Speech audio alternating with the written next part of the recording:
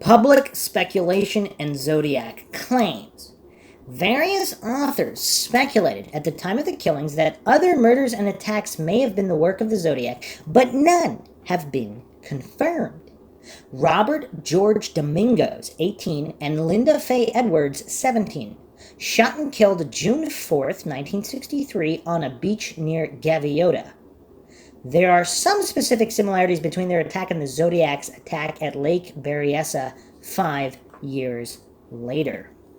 So, Gaviota is down by Santa Barbara, and Lake Berryessa is, of course, north of Oakland. I mean, we're looking at about 360 miles. Gaviota is 360 miles south of Lake Berryessa. So, it's not that close. It's not that close, but it is the same state. So let's go to ZodiacKiller.com for the Robert Domingos and Linda Edwards breakdown. So, of course, this was June 4th, 1963. The time of the attack unknown, estimated late afternoon. And this was on a remote beach south of Gaviota in Santa Barbara County. Method of attack: Robert Domingos, age 18, was shot 11 times. His fiancée, Linda Edwards, age 17, was shot 9 times. The weapon was a .22 cal semi-auto, probably a rifle. The ammunition was Winchester Western Super X copper-coated long rifle. There was no indication of robbery or sexual molestation. There were no witnesses. Due to the remote location of the crime scene, the bodies weren't found until the following evening. Details: the victims were students at nearby Lompoc High School and were participating in Senior Ditch Day, a local tradition among students close to graduation. Instead of celebrating with classmates at another location, however, Domingos and Edwards chose to be alone at an isolated stretch of beach. Apparently, the killer approached while they were sunbathing. As Edwards was forced to bind Domingos at gunpoint with lengths of narrow rope, probably pre-cut, both victims attempted to flee and were shot numerous times. The circumstances of the shooting suggested the killer had some level of expertise with firearms. The bodies were dragged approximately 30 feet to an empty shack, occasionally occupied by transients. Edwards was placed face up on top of Domingos, and the top of her bathing suit was cut open with a sharp instrument, probably a knife, exposing her breasts. The killer then attempted to set fire to the shack with wooden matches, to no avail. So he was not able to set the shack on fire. Zodiac victims? ? The similarities between this attack and Zodiac's Lake Berryessa attack of 1969 are striking. Additionally, the ammunition used to kill Domingos and Edwards was the same kind the Zodiac used at the Lake Herman Road attack in '68. In '72, the Santa Barbara County Sheriff's Department issued a press release in an attempt to conclusively link Zodiac to the Domingos-Edwards killings. The potential involvement of the Zodiac received extensive coverage in the news media. Conclusion: the Domingos-Edwards tragedy has Zodiac's fingerprints all over it. The knife, gun, pre-cut rope, and the motiveless assault on vulnerable teenagers at a remote location. It is very unlikely this attack and Zodiac's Lake Berryessa attack were the work of separate individuals. This is the findings of ZodiacKiller.com. So, okay. That is curious. But this is 5 years prior, though. And that's what makes it possibly unlinked. Obviously, if it was closer to the time of the crime, it would be a little bit more possible, but not that it's not possible, again, unless people were there and they know who the Zodiac is. It's really impossible to determine definitively.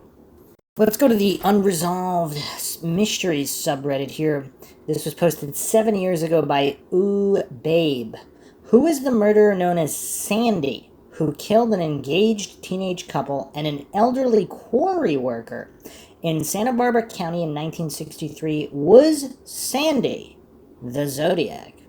This is one of the lesser-known murders with a possible connection to the Zodiac case, as well as one of the oldest unsolved serial murders in Santa Barbara County.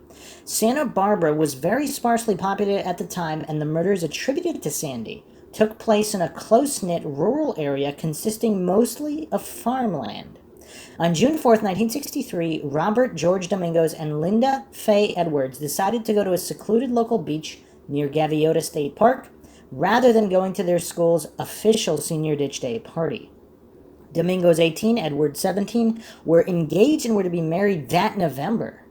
They were bound with rope and shot a total of 20 times at some point in the evening. The prior day, around 20 miles away in Lompoc, Vern C. Smith was murdered by a suspect known as Sandy, who has never been identified. And that's a curious detail. So the day before, 20 miles away, this other guy got killed. So the individual known as Sandy met James L. Coleman, 16 years old, and J.C. Reed Jr., 17 years old, at the beach boardwalk area in Santa Cruz. Sandy also met other people at the beach, including Stephen Straub, a Santa Cruz resident who later would draw a sketch of Sandy. Coleman, Reed, and Sandy began a crime spree together, which included robbing a woman of $20 at her apartment in Santa Cruz. The three teenagers stole a car and drove to Lompoc. And then, of course, if we're going down every rabbit hole, if this Sandy individual is the Zodiac, and he has one or two other friends who he commits crimes with, is this really a lone serial killer? And if it's not, does that explain a lot of the issues with this case? Coleman, Reed, and Sandy drove around the Lompoc and Santa Maria area during the day. In the evening, they met Vern C. Smith, a quarry worker in Lompoc, and decided to rob him. Vern C. Smith was 63 years old, born February 22nd, 1900, in Kansas. Sometime around 11 p.m., Sandy told Smith they had run out of gas and asked for help near his camper truck in which he lived in San Miguelito Canyon. According to Reed and Coleman, Sandy murdered Vern C. Smith, who died on Monday, June 3rd, 1963. The next day, Robert George Domingos and Linda Faye Edwards were killed by an unknown perpetrator.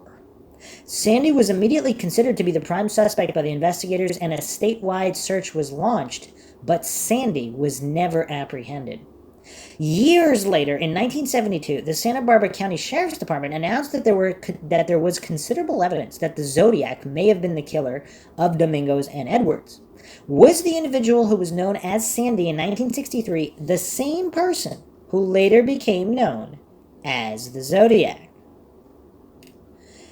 Okay, meanwhile, in the evening, while looking with others for Domingos and Edwards, George Domingos, the father of Robert George Domingos, saw his son's car parked in some bushes near the beach at about 10 p.m. Highway Patrolman Paul Schultz found the bodies of Domingos and Edwards in a driftwood shack, which had been partially burned. Domingos had been shot 11 times, and Edwards had been shot 9 times by a .22 cal. There were bruises on the face of Domingos. The body of Edwards facing up had been placed on top of the body of Domingos facing down. The bathing suit had been cut from her body, but surfer shorts were still on the body of Domingos. When the autopsy was completed, Dr. John P. Blanchard did not find any evidence that Edwards had been sexually molested. The investigators thoroughly searched the beach and found rope which could have been used during the crime and matches which could have been used to burn the shack. The investigators found ejected .22 cal shell casings in a creek bed near the beach, and there were also tracks in the creek bed. So the investigators theorized that the bodies were shot in the creek bed and then dragged to the shack. In the shack, the investigators found 3 ammunition boxes, which each had some .22 cal bullets. There was also 1 empty ammunition box. More details regarding the murder of Vern C. Smith. While he was bent over refilling the tank with a portable gasoline tank, Sandy pulled out a knife and stabbed the old man in the back. That's just dirty. The blade went right into his heart. Coleman and Reed were shocked, supposedly, but not enough to not rifle the body and take $360 from Smith. That's kind of a lot of money to have on you in the 60s. The trio fled. Coleman and Reed were unnerved by Sandy's presence now, sitting behind them in the stolen Sunbeam. At Arroyo Grande, a town north of Santa Maria. They gave him $20 to rent a room at the Royal Motel. There they ditched him. The clothes he had left with them, they had tossed on the roadside to Santa Cruz. So his companions basically got spooked by him. Interesting. Reed and Coleman had testified that when they asked him why he stabbed the man, he had replied, "I don't know." The police went and fetched the clothes, finding them exactly where the two boys had declared they had thrown them from the car. In the clothes, there was a sewn name tag with the name Bob Kaufman thereon. Investigation proved that Sandy did tenuously exist. At the motel in Arroyo Grande, where he had been ditched, he had registered under the name of William Carr, giving a fake address in Bakersfield. The police searched high and low, but never found Sandy. And the Steven Straub sketch of Sandy with the glasses, that sort of could be Zodiac. It's close enough. Obviously, it's not a dead match. But, again, if somebody has slightly longer hair versus a crew cut, if he later got a crew cut, it could be the same guy. It looks more similar than countless other random sketches of random suspects, which, again, is curious. Continuing the post here on Unresolved Mysteries, there are many similarities between the Santa Barbara Beach murders of Domingos and Edwards in June 63 and the Zodiac killer attack at Lake Berryessa in September 69. In both murders, we have victims, male-female couple, on a blanket by the water. In both, the attacker has a gun, knife, and pre-cut rope. In both, the attacker orders the female to tie the male, then binds them both. And like the Zodiac killer attack on December 20th, 1968 at Lake Herman Road, a victim is shot in the back while running away. Also, the exact same type of ammo was used at Santa Barbara 63 and Zodiac attack Lake Herman Road 68. A .22 Winchester Western Super X. 6 right-hand twists and grooves indicating the same model of gun was used, and perhaps even the exact same weapon. So I guess they're not able to match whether or not the weapon is exact. There was an attempt to start an arson fire at Santa Barbara. Improbable Zodiac victim Kathleen Johns, her car was burned, and there are several other arsons close in time and space to suspected Zodiac crimes. Some counterpoints here. To me, there's a better link between the Santa Barbara murders and Zodiac than between Sandy and the Santa Barbara murders. The MOs and victims are nothing alike in the cases, and it seems like the only link is they happened in relatively close proximity, time and place. Also, Sandy's sketch looks pretty young, and they refer to him as a teenager, while Zodiac was clearly described to be in his late 30s in 69. Although, again, people really age quickly between early 30s and late 30s. People in their early 30s can still pass for possibly even 20-ish, whereas people in their late 30s can. So, who knows? Some more interesting posts here. He claimed responsibility for a lot of murders that he may not have done. Was this one mentioned in any communication from him? Ooh, babe, the original poster here responds with this. Consider the Halloween card generally accepted to have been sent by the Zodiac. The back of the card contains the inscription, by fire, by knife, by gun, by rope, which fits the Domingos Edwards murders.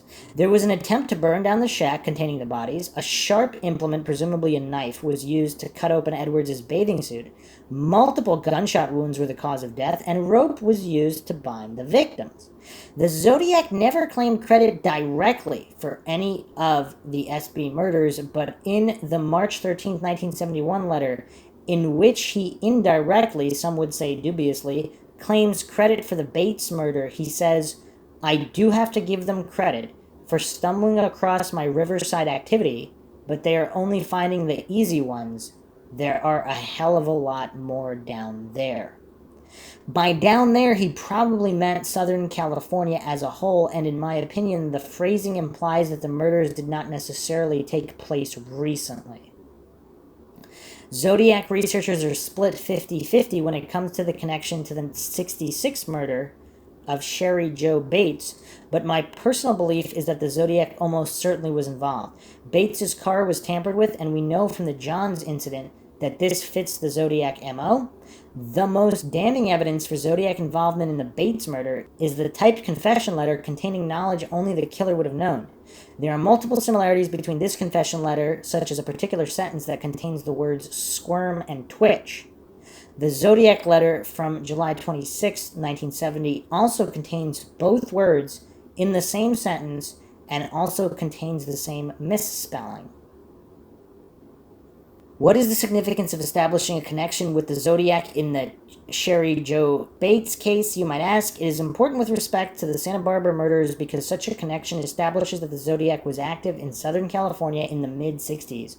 The nature of the Bates murder makes it likely, in my opinion, that the murderer was deliberate and calculated enough to have killed before. As with all things Zodiac, however, nothing is completely definitive. The next possible victim of the Zodiac is Sherry Joe Bates, 18, stabbed to death, nearly decapitated, October 30th, 1966, at Riverside City College in Riverside. Bates's possible connection to the Zodiac only appeared 4 years after her murder when San Francisco Chronicle reporter Paul Avery received a tip regarding similarities between the Zodiac killings and the circumstances surrounding Bates's death. Let's look at the murder of Sherry Joe Bates, Wikipedia. The murder of Bates is an unsolved murder that occurred in Riverside, California, October 30th, 1966. Bates, 18-year-old college freshman, was stabbed and slashed to death on the grounds of Riverside City College. The night before Halloween also makes this difficult to pin down. Of course, Halloween, a popular time for crimes of all kinds. Police determined the assailant had disabled the ignition coil wire and distributor of Bates's Volkswagen Beetle as a method to lure her from her car as she studied in the college library. I mean, this is, cliches are built on this in horror movies. The murder itself remains one of Riverside's most infamous cold cases and has been described by some locals as a murder which stripped Riverside of its innocence. Bates's murder became highly publicized due to both the graphic nature of her death and the fact she is considered by some investigators to have been the first murder victim of the Zodiac, although this theory has never been definitively confirmed. And of course, if you believe the Gaviota murders from 1963 are Zodiac, that would have been the first, because Bates is 1966. Early life. Sherry Josephine Bates was born in Omaha, Nebraska, February 4th, 1948. She was the younger of two children born to Joseph and Irene Bates. The Bates family relocated to California in 1957, where her father found employment as a machinist at the Corona Naval Ordnance Laboratory. Wonder if that's still around. Bates was a graduate of Ramona High School, where she had been a varsity cheerleader, active upon the student government, and an honor student. Described as a sweet, outgoing girl by acquaintances, she held aspirations to become a flight attendant. Following her graduation from Ramona High School, Bates enrolled at the Riverside City College and found part-time employment at the Riverside National Bank. Her savings plus wages from this part-time employment helped pay for a 1960 lime green Volkswagen Beetle, a vehicle she was proud to own. I wonder if Maxwell has one of those vehicles as well. Bates lived alone with her father at 4195 Via San Jose, her parents having divorced in 1965. Bates' mother also lived in Riverside, and her brother, Michael Bates, served in the U.S. Navy. Murder on the morning of October 30th, 1966, Bates and her father attended Mass at the St. Catherine of Alexandria Catholic Church before the two shared breakfast at a local restaurant. In the early afternoon, Bates opted to visit the college library to both study and to work on a research paper. She is known to have twice phoned a close friend of hers named Stephanie at 3 and 3:45 p.m., asking whether she would like to accompany her to the college library to study and retrieve books, although on the occasion of the second phone call, her friend refused. Bates is believed to have left her house to visit the college library sometime between 4 and 5 p.m., 4:30 and 5 p.m. Her father had returned home in the evening to find a note taped to the family refrigerator reading, "Dad dash went to RCC library." Shortly before Bates left her home, she phoned a co-worker at the Riverside National Bank, inquiring as to whether she had seen a term paper bibliography she, Bates, had misplaced. When her co-worker replied she had not, Bates replied, "Now I'll have to start all over on my note cards." A subsequent eyewitness report given to Riverside investigators indicates Bates drove her Beetle in the direction of RCC at approximately 6:10 p.m. This eyewitness also claimed her vehicle was closely followed by a bronze 65 or 66 model Oldsmobile. According to many eyewitnesses, Bates studied in the library until the standard closing time of 9 p.m. A subsequent witness statement obtained from a female RCC student given to investigators would claim that a young man, whose age she estimated to be either 19 or 20 and approximately 5'11" in height, had been lurking in the shadows across the street from Bates's vehicle and had been staring in the direction of her car around the standard closing time at the library. Although this witness did not know the individual lurking within the shaded areas aside the street, as she had passed him, the two exchanged brief pleasantries. Bates's father waited the entire night for his daughter to return home before filing a missing persons report with Riverside Police at 5:43 a.m. He filed this report after phoning Bates's close friend Stephanie in the early morning hours, only to be informed that she, Bates, was not at her residence and had intended to study at the library the previous evening, having held no plans to spend the evening away from home. At approximately 6:28 a.m. on the morning of October 31st, a groundskeeper named Cleophas Martin discovered Bates's body on the grounds of RCC. And I mean, this is really the stuff of nightmares. And the other thing to keep in mind, I mean, this is the 1960s. Obviously, in today's world, unfortunately, people are so desensitized. But I mean, this is scary stuff. Investigation: Bates was found sprawled face down on a gravel path between two unoccupied houses on Terracina Drive, close to the library parking lot where she had parked her Beetle the previous evening. She was still dressed in a long-sleeve pale yellow print blouse and faded red capri pants, and her woven straw bag containing both her ID and 56 cents lay alongside her body. Her clothing was undisturbed but was saturated in blood. She had been repeatedly stabbed in the chest and left shoulder and suffered several deep slash wounds to her face and neck. 10 feet from Bates's body, investigators discovered a cheap, paint-splattered Timex brand wristwatch with a 7-inch circumference, along with a footprint of a shoe produced by Leavenworth prisoners, sold solely in military outlets. A shoe sold solely in military outlets. Was the sole of the shoe sold solely in military outlets? The shoe size was between 8 and 10 inches. Although only 5'3" in height, Bates had been an athletic girl.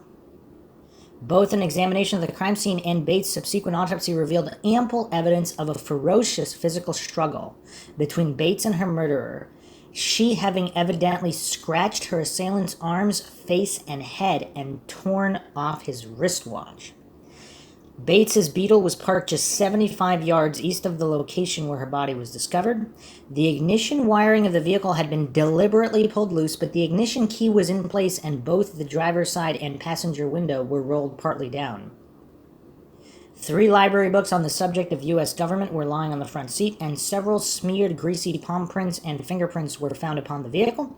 Investigators would determine that these prints did not belong to Bates or any of her friends or relatives, and believe they may have belonged to her murderer. So this guy did not wear gloves, possibly. An autopsy revealed Bates had been repeatedly kicked in the head, in addition to having received 2 stab wounds to her chest, inflicted by a knife estimated to be 1.5 inches wide and 3.5 inches in length. Her left cheek, upper lip, hands, and arms had also been cut, with 3 slash wounds to her throat and having severed her jugular and larynx and almost decapitating her. Bates had evidently laid upon the ground when she had received the knife wounds to her left shoulder blade and neck. Furthermore, she had not been subjected to any form of sexual assault or robbery within this attack. Numerous fragments of skin and brown hair were also recovered from beneath the fingernails of her right hand. This evidence having evidently been collected beneath her nails as she clawed at her assailant in a desperate effort to defend herself. The ground surrounding her body was described in her official autopsy report as, quote, looking like a freshly plowed field, end quote. I mean, is that 60s language? I guess you don't really hear things described that way today. November 4th, 1966, Bates was laid to rest at Crestlawn Memorial Park in Riverside. Her parents, older brother, several hundred other mourners were present at this service. Murder scenario. Within 24 hours of Bates's murder, investigators had interviewed 75 individuals, including numerous RCC students, and had begun interviewing military personnel stationed at the nearby March Air Force Base. By November 6th, all but 2 of the individuals known to have been on the RCC campus had been traced and eliminated from the inquiry. Investigators also received testimony from 2 separate individuals who had heard brief female screams emanating from the direction of Terracina Drive on the evening of the murder. From this, plus the conclusion of the coroner, investigators determined Bates had most likely been murdered at approximately 10:15 p.m. Wait a second, though. The library closes at 9. Investigators into her background could also deduce no obvious motive and revealed nothing which could classify her as an obvious or typical target for any form of revenge or random non-sexual violence. Investigators theorized Bates' murderer had likely disabled her vehicle before waiting for her to return from her studying within the college library on the night of her murder. They also believed the perpetrator likely surprised Bates after she had repeatedly attempted to start her car before offering her assistance as an initial ruse to lure her from her vehicle before proceeding to attack her within a dimly lit section of Terracina Drive, partly shielded from the view of potential witnesses by domestic shrubbery.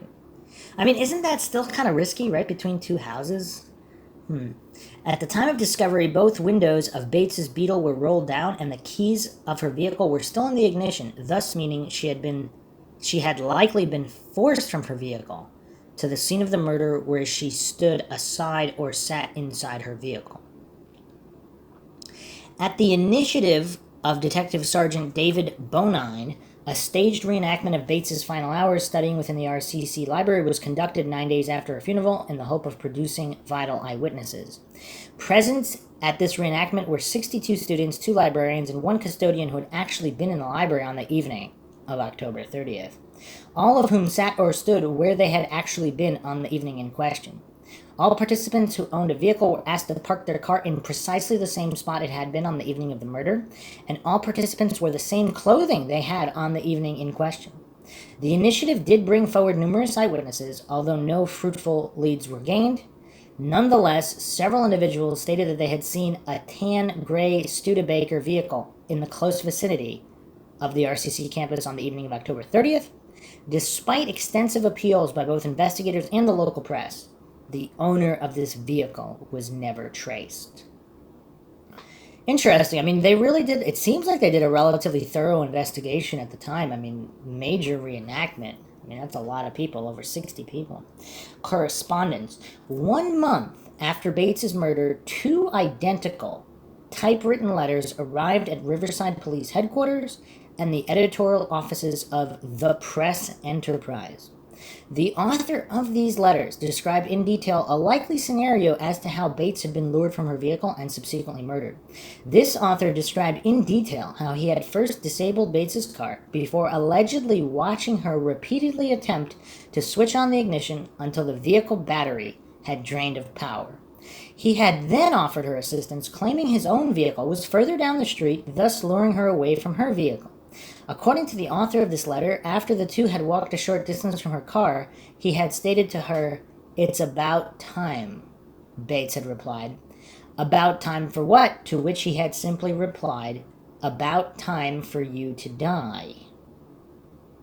According to the author, he had then clasped his hand over her mouth and pressed a knife against her neck before forcing her to walk to a dimly lit alley, where he had proceeded to beat and kick Bates in their initial struggle before stabbing and slashing her to death. The author of these letters claimed to have known his victim, proclaiming, quote, "Only one thing was on my mind, making her pay for the brush-offs that she had given me during the years prior," end quote. Due to the fact the letter included details of the murder which had not been released to the press, including the fact that the ignition coil and middle wire of the distributor of Bates's vehicle had been disabled, investigators initially believed that the author of the letter may have been the actual murderer. Although later advances in forensic technology, such as the DNA retrieved from this letter, not matching the actual DNA retrieved from beneath Bates's fingernails, make an unlikely possibility the author of the letter could have been the actual perpetrator of the crime. Unless, of course, there were two perpetrators. And if this is the Zodiac, if he had a partner, is it possible the two of them did this crime? And that's how they know these details, similar to other letters of the Zodiac. On April 30th, 1967, the Press Enterprise printed a further update on Bates's murder. The following day, both the police and Bates's father received handwritten letters from an unknown individual who had scrawled the message, "Bates had to die. There will be more," on a single sheet of paper. This letter was also considered by police to have been a distasteful hoax, although at the bottom of each letter was an indecipherable number or letter, which was either a 2 or a Z. And that's curious. Again, this is approximately 2 years before the first so-called definitively verified Zodiac murders, which was December 20th, 1968, Lake Herman Road. Potential link to Zodiac Killer. It has been hypothesized that Bates may have been an early victim, perhaps the first victim, of an unidentified serial killer active in Northern California from the late 60s to the early 70s, known as the Zodiac Killer. And that this unidentified individual may have originated from Riverside and later moved to the San Francisco Bay Area. One of the potential clues supporting this theory was the discovery of a set of lower initials, RH, inscribed below a macabre poem scratched into a desk at RCC. This poem was discovered by a custodian 6 months after Bates's murder and contains graphic references to repeated assaults upon young women with a bladed weapon. The desk in question was in the college storage area at the time the poem was discovered, although the custodian informed police the desk had been on the library floor at the time of Bates's murder. Police photographed the inscription and added this piece of circumstantial evidence to the file. So this is the inscription here. "Sick of living / unwilling to die. Cut, clean, if ready, clean, blood spurting, dripping, spilling all over her new dress. Oh well, it was red. Anyway, life draining into an uncertain death. She won't die this time. Someone will find her. Just wait till next time. R.H." Wow. So again, not definitive per se, but supposedly on the library floor that night. Furthermore, the fact that the perpetrator subsequently sent correspondence to the police and press, including details of the murder withheld from the public, is reminiscent of the Zodiac Killer. In addition, Riverside police have also noted similarities between Bates's slang and the general modus operandi of a fatal attack upon a young couple committed at Lake Berryessa in September 1969, an attack conclusively ascribed to the Zodiac Killer. San Francisco Chronicle journalist Paul Avery followed the series of murders committed by the Zodiac Killer from the date of the perpetrator's first definite murders. In November 1970, Avery received a letter from an anonymous source informing him of the similarities between the murders committed by the Zodiac Killer and the murder of Bates 4 years previously. The letter urged Avery to investigate the similarities in greater detail. Although Riverside police remained unconvinced of his conclusions, both Avery and a handwriting expert named Sherwood Morrill stated on November 16th that the handwriting scratched on the desk at RCC and the letters sent to the Press Enterprise and Bates's father in 1967 were unquestionably written by the same individual who had later written the Zodiac letters. By this date, the Zodiac killer claimed to have killed 14 victims, although only 5 murders and 2 attempts committed between November and 2 attempted murders committed between December 68 and October 69 have ever been conclusively attributed to this individual. I mean, everybody keeps stating individual again. How do they know it's only one guy? In a letter dated March 13th, 1971, the Zodiac killer penned a letter to the LA Times in which he claimed to be responsible for the murder of Bates, stating, quote, "I do have to give the police credit for stumbling across my Riverside activity, but they are only finding the easy ones. There are a hell of a lot more down there," end quote. And of course, down there, some believe belongs to Southern California as a whole, which possibly includes the Gaviota slayings, Domingos and Edwards, in 63. So this is a evaluation of the mindset of the murder of Bates, written by Chief Psychologist of Patton State Hospital, July 1967. Quote, "He is obsessed and pathologically preoccupied with intense hatred against female figures, all the more so if he sees the young woman as attractive. Because of his own unconscious feelings of inadequacy, he is not likely to act out his feelings sexually, but in fantasy as a rule. The fantasy can take on aggressive aspects. I would like to emphasize that there is a real possibility that he can become homicidal again," end quote. Detective Jim Simmons, current investigator assigned to the unsolved murder of Bates, November 2013, stated this, quote, "I have personally spoken to the previous detectives assigned to the case, and they genuinely believe that the Sherry Joe Bates case is not related to the Zodiac murders. They believe it was an acquaintance of hers or a scorned love interest." Alternate theories. Former LA police investigator Steve Hodel, in his book Most Evil, has claimed that his father, George Hodel, was responsible for the murder of Bates. This claim has been viewed with little credibility, not least because, among other cases, Hodel has also claimed his father was the Zodiac killer, lipstick killer, and the perpetrator of the 1947 murder of the Black Dahlia. Later developments. In August 2021, Riverside Police Department's Homicide Cold Case Unit published an update regarding the handwritten correspondence stating that the author of the letters claiming responsibility for Bates's murder had been identified via DNA analysis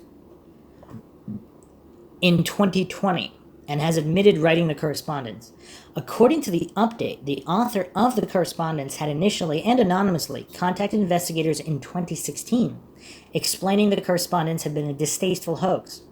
The individual has expressed remorse and apologized for the hoax, explaining that he had been a troubled teenager at the time and that he had written and mailed the letters as a means of seeking attention. And I'm assuming that they ruled him out just based on other evidence. I mean, the palm print. Is there still DNA evidence from her fingernails? Aftermath. Officially, Bates's murder remains an unsolved case, and the theory that she was a victim of the Zodiac killer, which has been strongly disputed by the Riverside police, has never been proven. Despite several suspects having been investigated and eliminated from the inquiry since 1966, the current investigator assigned to the case, Detective Jim Simons, has stated one individual still remains of interest to the investigation. Although, because tests conducted upon the mitochondrial DNA of the hair and blood samples found at the crime scene did not match those of this suspect, insufficient physical evidence exists to link the individual to the crime. Investigators who conducted DNA profiling, however, were able to determine that her murderer was a Caucasian male. So again, does not exclude Zodiac. All right, so let's look a little deeper at the Bates murder. This is from ZodiacCiphers.com.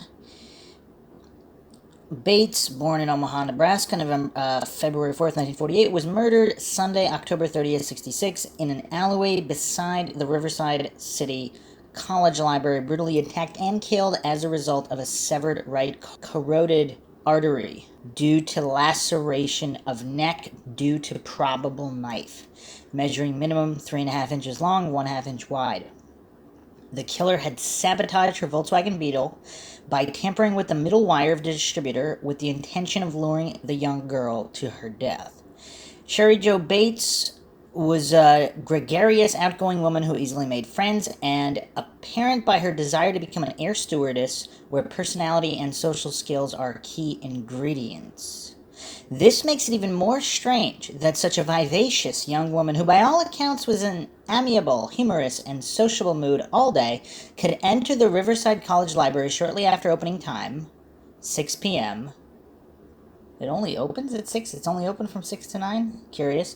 Check out 3 books from stocks and go unnoticed by virtually everybody in the cramped library annex, including her close friends who were present between 6:30 and 9 p.m. that evening. No testimony of the library attendees that night corroborate the widespread claims that she left the library at its 9 p.m. closing time. All right, so we're really going into MINDSHOCK land now, because as we begin to explore this case, regardless of whether it's a Zodiac murder or not, I mean, this is weird. This does not add up. So she's very popular. A lot of people know her. The library has a fair amount of people in it, and not a single witness can corroborate that she was there or that she left at 9 p.m., including her friends. And wouldn't she say hi to her friend? I mean, again, if you're... I don't know. What's the normal protocol? This is what we need, controls. I'm sure the interviews should have asked. They should have asked. I mean, normally when they see her at the library, is there an exchange? Is there some kind of greeting? And just how large is this library? This does not seem to be a gigantic library where you wouldn't run into somebody just from apparent photographs here. In fact, a reconstruction performed by police 2 weeks later, the majority of the 60-plus people assembled do not remember ever seeing Bates. The only 2 recollections, so there were 2, I mean, still not a lot, but were that of a Mexican-American student who noticed Sherry Jo Bates close to opening time, and shortly thereafter, who stated, quote, he knew Sherry Jo Bates and had noticed her in the library the night in question. He said he saw the girl writing something with a ballpoint pen in her blue spiral school notebook. The boy told us he was outside about 5:30 p.m. waiting for the library to open at 6, and it was then that he saw the girl. Wait a second. So he saw her before opening? He noticed her in the library. He noticed her outside. A male librarian at the college said he thought he saw Bates in the library that Sunday evening. What makes this crime even more unusual is that nobody set eyes on the young woman from around the time the library opened at 6 p.m. that evening until her body was discovered 12 hours later laying in a dirt alleyway. So apparently, we only have one student who noticed her. He knew her, and he noticed her as he was waiting for the library to open. Curious. And then a librarian is unsure. The male librarian said he thought he saw her. So not a definitive ID. So we have one ID from somebody who specifically knew her and noticed her. You know what's really insane? I mean, I'm sure these people were investigated, but if she was harmed elsewhere and this was some kind of setup, now this makes it least likely because we're talking the 60s here. I mean, how elaborate is this going to be? It's just, it is kind of bizarre that nobody saw her. And then the writing on the desk, that creepy poem matching the Zodiac's handwriting. I mean, it's weird. Let's continue here. Walter Siebert of 3667 Glorine Court, who attended the library that evening, stated that, quote, he and a few friends were in the library from 7:15 until 9, but did not see Miss Bates, whom they all knew. They said they saw 4 men dressed in work clothes sitting on a fence across the spot where Miss Bates's car was found, but they did not know them. These 4 men were interrogated by police and said, quote, they had seen Cherie Jo near her car the previous night, end quote. The 4 men who viewed the young graduate that evening on Terracina Drive at approximately 6 p.m. when Cherie Jo Bates parked up were again spotted in the same location at 7:15 p.m. by Walter Siebert and friends. It doesn't matter if the 4 men spotted her at 6 p.m. or when she returned to her vehicle at any later time, because the interrogated men did not recall or relay to police any information pertaining to Cherie Jo Bates being approached or accompanied by an unknown male, noticing her car being tampered with and disabled, any other car parked behind her, or being abducted from the vicinity of her vehicle. In fact, they didn't relay any suspicious activity whatsoever, and may likely have been in this location between 6 and 7:15 p.m., corroborated by themselves and Walter Siebert. The idea that she entered the library, her Volkswagen Beetle was then disabled, and upon her return failed to start the engine before being aided by the Good Samaritan is patently false. The 4 men also never mentioned to police hearing any screams or cries for help that night, despite the alleyway where Cherie Jo was found murdered being only 225 feet, 75 yards from their location. Using the above eyewitness testimony, Cherie Jo Bates likely entered the library sometime between 6 and 6:30.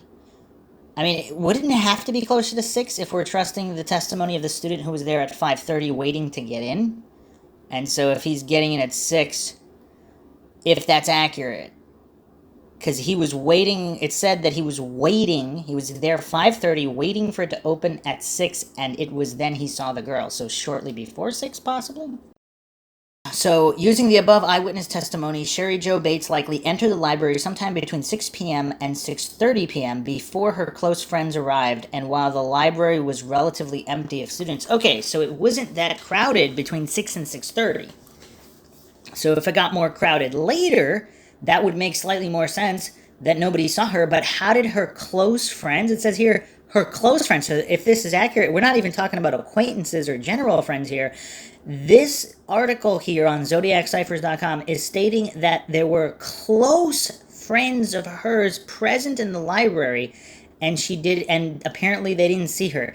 Now, wow, there is so much to dissect here.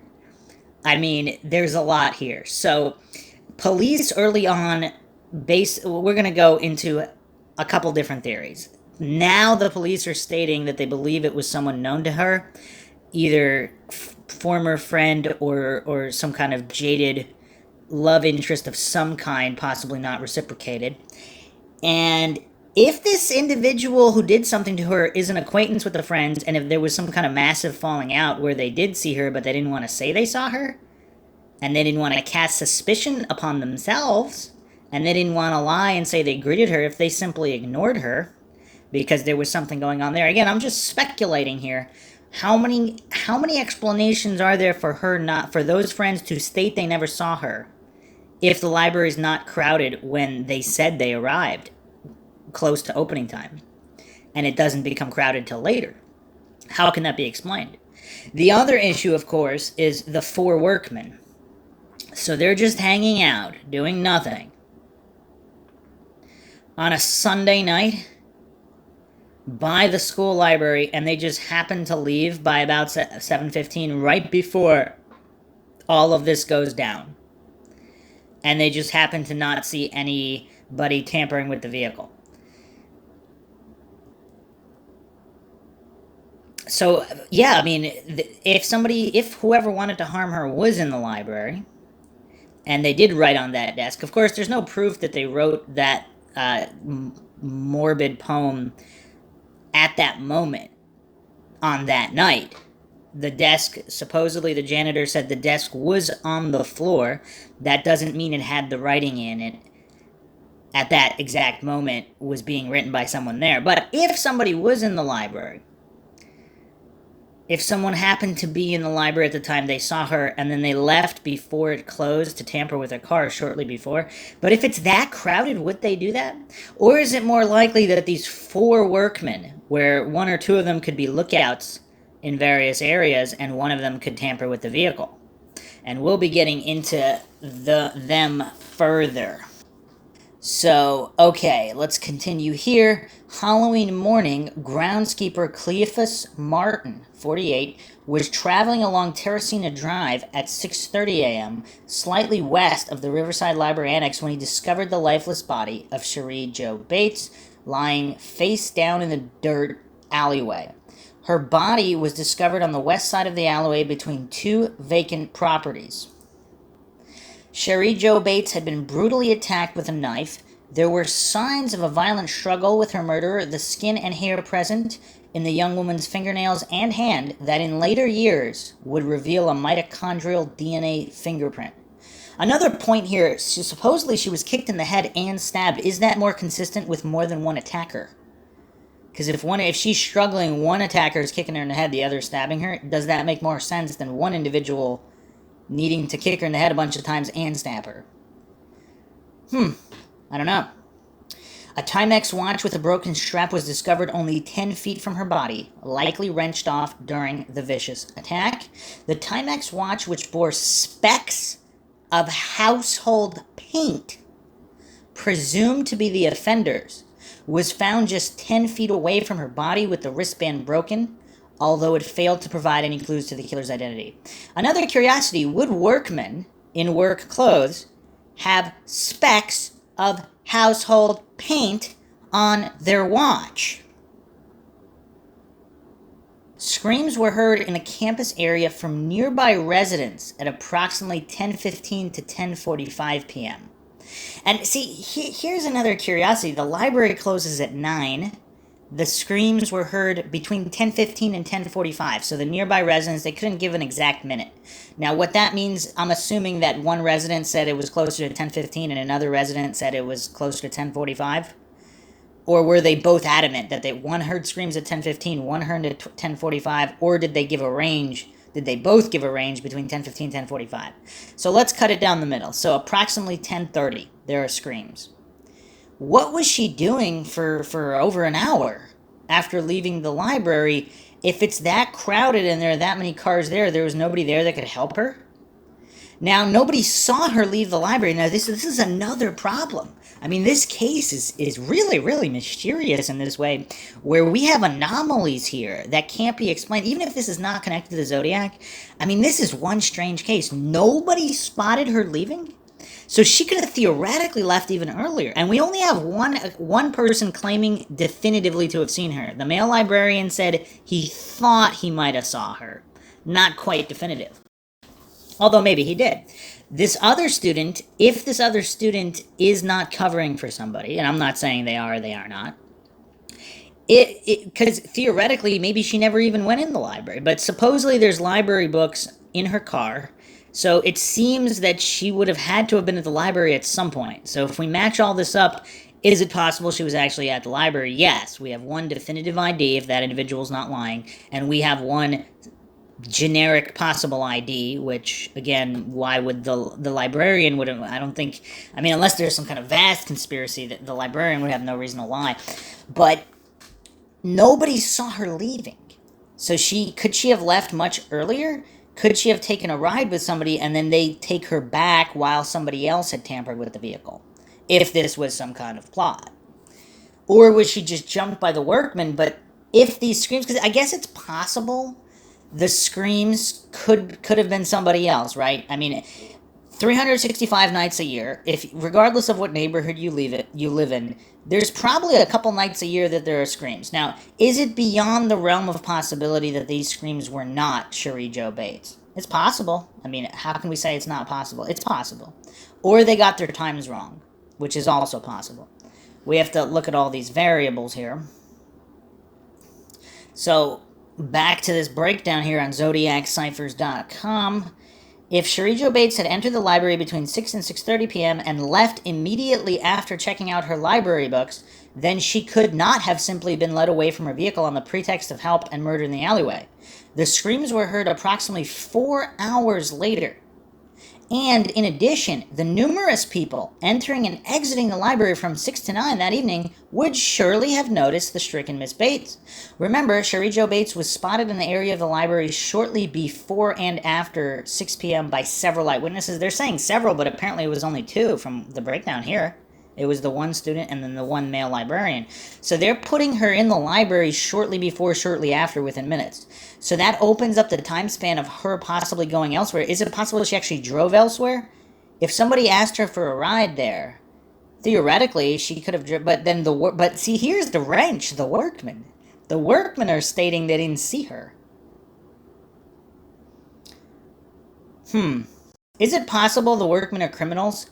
They did see her, and they just don't want to be involved in any way. They had nothing to do with what happened to her, but they did see her leave, possibly with somebody, and they don't want to be involved in any way, and they're afraid it's going to be pinned on them, so they just don't say anything at all. And they say they didn't see her. And they agree to say that amongst each other because they're involved in other illegal activities and they don't want to be looked at any closer. Although, I don't know, they should have still been looked at very closely. But it seems like it's very difficult to make these variables fit because no matter how we look at it, it doesn't make any sense with the amount of people in the library. See, if the library was basically empty, like a horror movie, that would make a little bit more sense because nobody saw nothing because nobody was there. But we have so many people there, especially closer to close. I mean, it's weird. If Cherie Jo Bates had entered the library shortly after it opened and had left at 9 p.m. upon its closing, it is inconceivable she could have spent upwards of 2.5 hours inside the cramped library annex and remained invisible for the entire duration to everybody inside it, including her close friends. Even had this been possible, we are left with literally 75 to 90 minutes from her leaving the library to the sound of the screams in the alleyway, and once again, I suppose it's theoretically possible those screams were not her. We have to keep that in mind, or the timing could be off by a lot. It certainly didn't take that long to walk from the library to her Volkswagen Beetle parked just 30 yards away, receive the assistance from her attacker, and then travel back to the alleyway where she was ultimately found murdered. Neither scenario makes any sense, so there has to be an alternative sequence of events. The location of Cherie Jo Bates shortly after 6 p.m. and 10:15 to 10:45 p.m. therefore has to lie somewhere. One has to speculate. The two vacant buildings either side of where Cherie Jo Bates was found having recently been purchased by the college. Okay, so both buildings are vacant. So if somebody knows both houses are vacant, and the college is the one that purchased them. So now we really have to look. And who discovered the body? The janitor. So and the janitor would know, but presumably, a college janitor might know. Obviously not necessarily, but it's possible. Especially if he was asked to clean or take care of the buildings in any way. So, wow. So, this is shaping up here to be really mysterious here. Would someone known to Cherie Jo Bates and other students, or someone familiar with the campus grounds, have been aware that these buildings were unoccupied, and at approximately 10:30 p.m. at night, the risk of detection at this location was limited? Something a stranger would be unaware of. Would a stranger or persons known to the area have begun an attack between two buildings and inflicted numerous injuries on a screaming woman, not knowing if they were occupied? I mean, these are great questions. Of course, if this is a psycho killer and they don't care, I mean, we have to keep that in mind as well. But I suppose this was a question for the Zodiac killer at Presidio Heights. The college was undergoing renovation, and the Timex watch had paint splashes on it. So was it a crime of opportunity from somebody connected with the college? I'm still curious about those workmen. Where were they working? And why were they randomly hanging out there? Were they working nearby, or were they working in those buildings? A magazine publication dated January 1969 described the crime at the murder scene. Drops of dried blood leading from the body to Terracina Drive were discovered, indicating the detective that the murderer had walked to the street following the slaying. The crime has many unanswered questions, in fact, 4 hours worth. A couple more details now on the watch here. This is a photograph of the watch after being taken into evidence. It now reads 12:23. That is also curious. Because was it banged up and it stopped at 12:23, or did it never work in the first place, or it stopped working earlier? Actually, it says here the watch did not stop functioning in the aftermath of the attack. This is a widespread misconception. Timex watches were extremely common in the 1960s, and the origin of this watch has yet to be fully determined.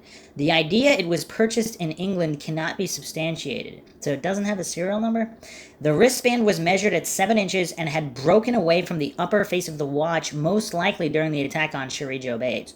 Small flecks of white paint were discovered on the watch, leading some observers to believe the assailant may have been involved in the renovation of the Riverside campus just prior to the brutal murder. Now, here's another point, too, because if this is somebody, again, random crimes are quite rare. A murdered female or a harmed female usually is harmed at the hands of someone known to her, or at the very least, someone who knows her, even if she doesn't know them. So if it was somebody who was watching her that was renovating for whatever days, weeks, possibly months, and then they just took an opportunity to harm her, and if it was more than one individual, I still can't get around these 4 workmen. There needs to be, is there no more detail regarding these 4 workmen?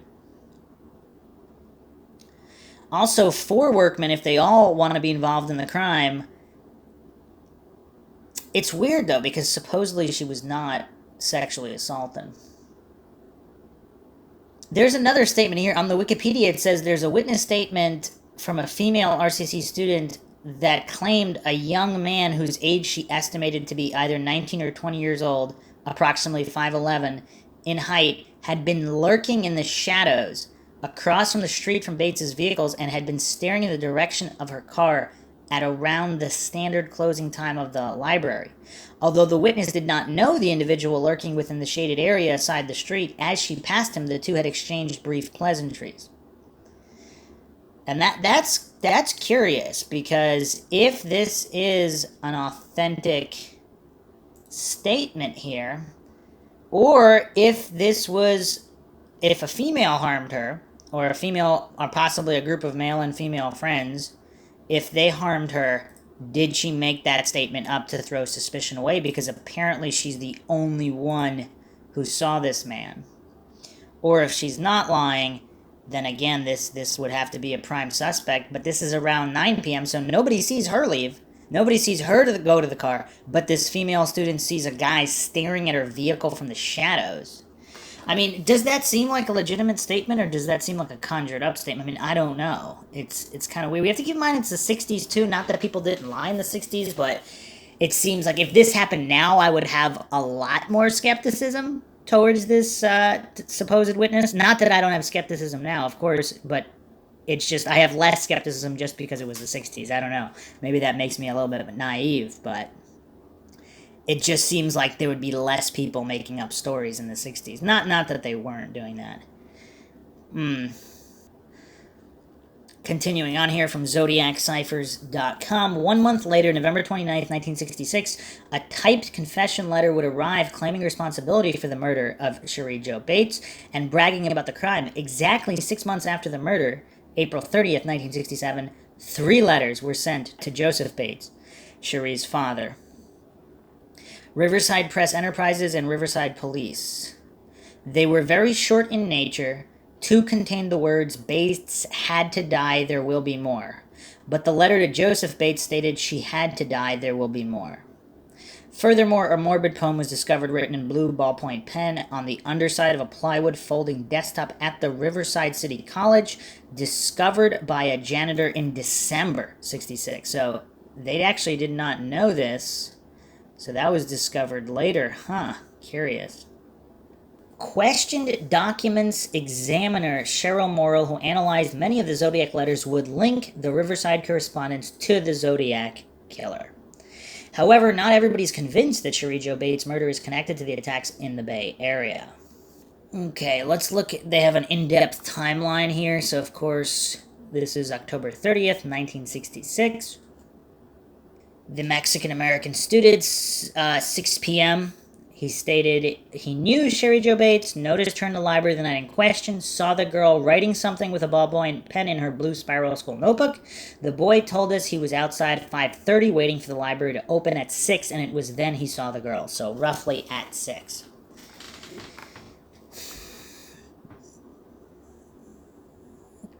And then a male librarian thought he saw her in the library that Sunday evening. Also, because this Mexican-American student stated he saw her blue spiral notebook, of course this could be verified whether she had a blue spiral notebook or not. Although, that's a pretty safe guess, because I'm assuming a lot of people have blue. I mean, how many possible colors? I mean, nowadays there's a lot more and designs, but back then, I mean, there's just basic colors, so. 6:10 p.m. Detective Sergeant David Bonine stated that a close friend of Bates saw her drive past in her lime green Volkswagen Beetle approximately 6:10 p.m. heading toward the Riverside City College on Magnolia Avenue. The friend waved at her, but apparently she failed to notice and did not reciprocate the gesture. A second report from about the same time period was relayed to police from an Air Force man who lived close to Riverside City College Library. He was passed by a lime green Volkswagen Beetle driven by a blonde female up an alley parallel to Magnolia, east of the Shelley Lynn apartments. Her vehicle was being followed by a 65 or 66 bronze Oldsmobile.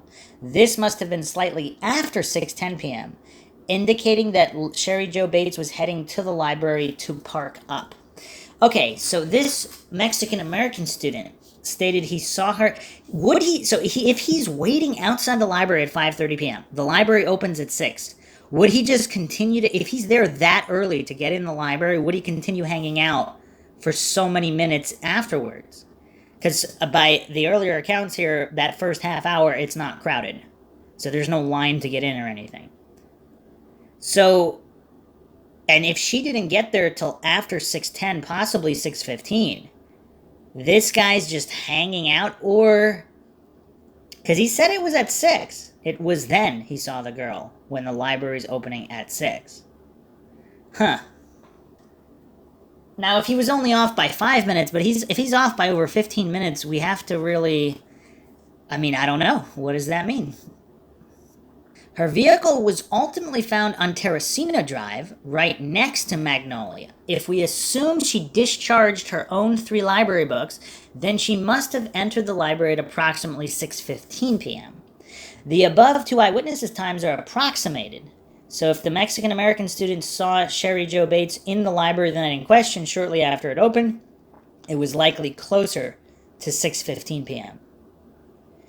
Shortly after 6:10 p.m., 4 young men under police interrogation stated that they had seen Cherie Jo near her car the previous night. They didn't recall any suspicious activity around the Volkswagen Beetle that evening, so the claim that she was abducted as she arrived or had returned to a disabled vehicle could not have happened during the time they were sitting the fence opposite to her vehicle. Again, unless they are involved or unless they don't want to be involved and lied in some way. They were later spotted by other eyewitnesses in the exact same location. The time the 4 young men spotted Cherie Jo Bates has been approximated at 6:13 p.m., likely when she had exited her vehicle to take the short walk to the library. It couldn't have been on her return because if somebody had tampered with her vehicle during her absence and she had failed to start the Beetle, this would have been relayed to police by the 4 young men, which they apparently did not. And again, we really don't know their motivations or any of that. So if we're taking everything they said at face value, then yes. Cherie Jo Bates entered the Riverside City College Library, took out 3 books. The Mexican-American student noticed her in the library. The male librarian thought he saw her in the library.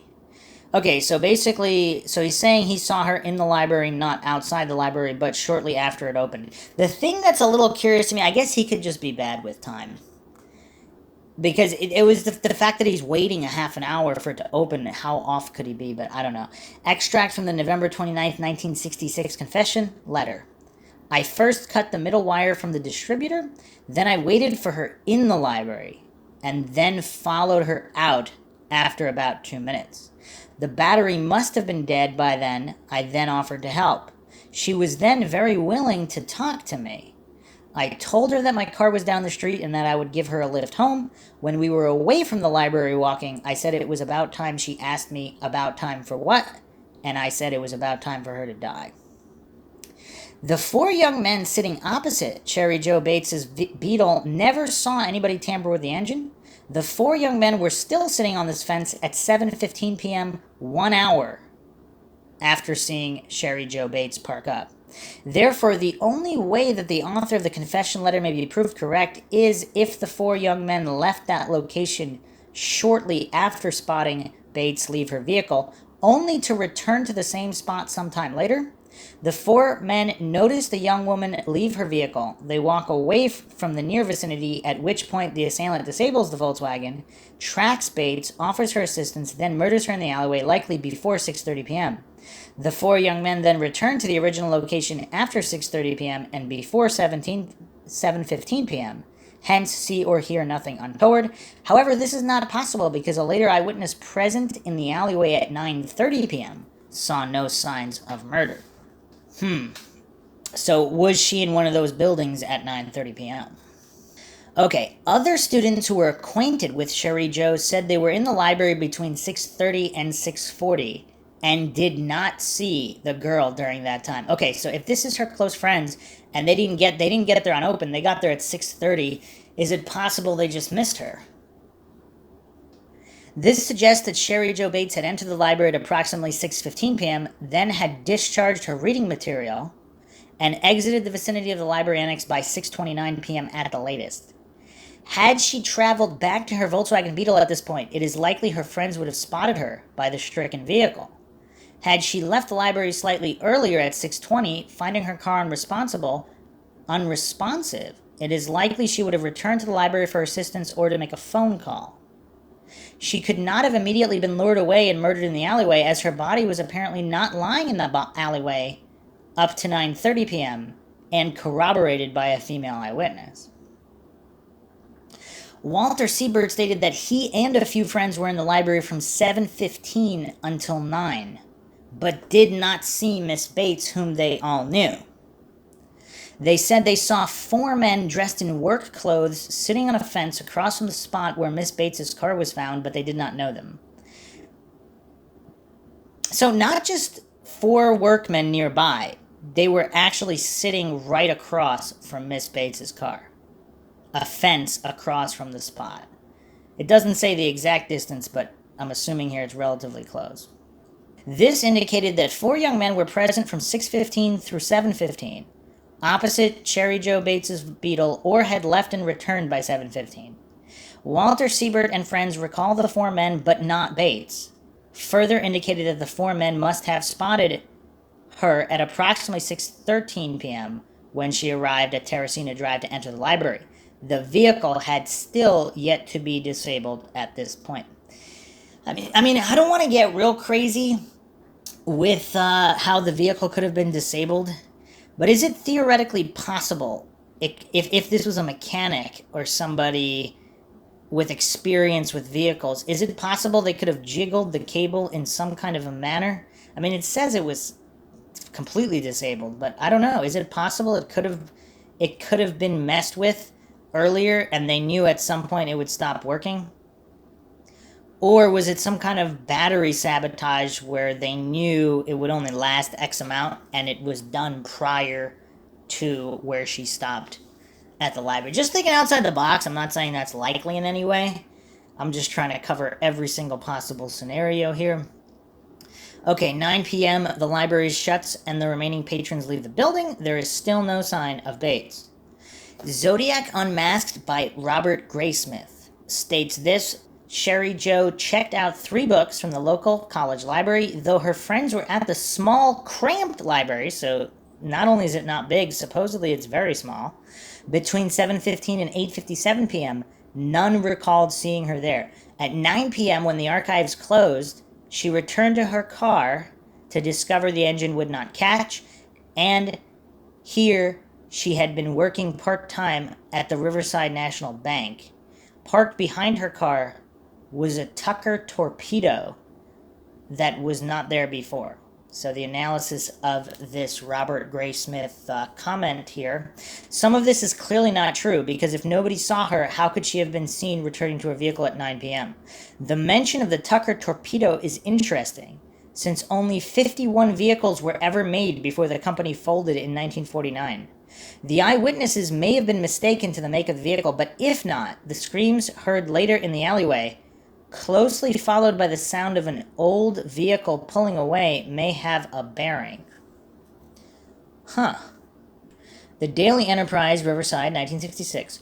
Detectives investigating the murder of Sherry Bates are looking for a car almost identical to this one. Police say a 1947 to 1952 model Studebaker with light-colored oxidized paint was parked on Riverside Avenue just south of Terracina Drive about 7 p.m. on the night that the Riverside City College freshman was stabbed to death. Detectives said a recent reenactment of the murder at the college campus provided this information. They ask anyone who knows of a car similar to this one used by police to stage this photograph to contact the police department. Since the Tucker torpedo was supposedly spotted behind Sherry Jo Bates' Volkswagen Beetle when people were leaving the library, with both vehicles facing the library, it could be argued that the witness to the Tucker torpedo only saw its front end.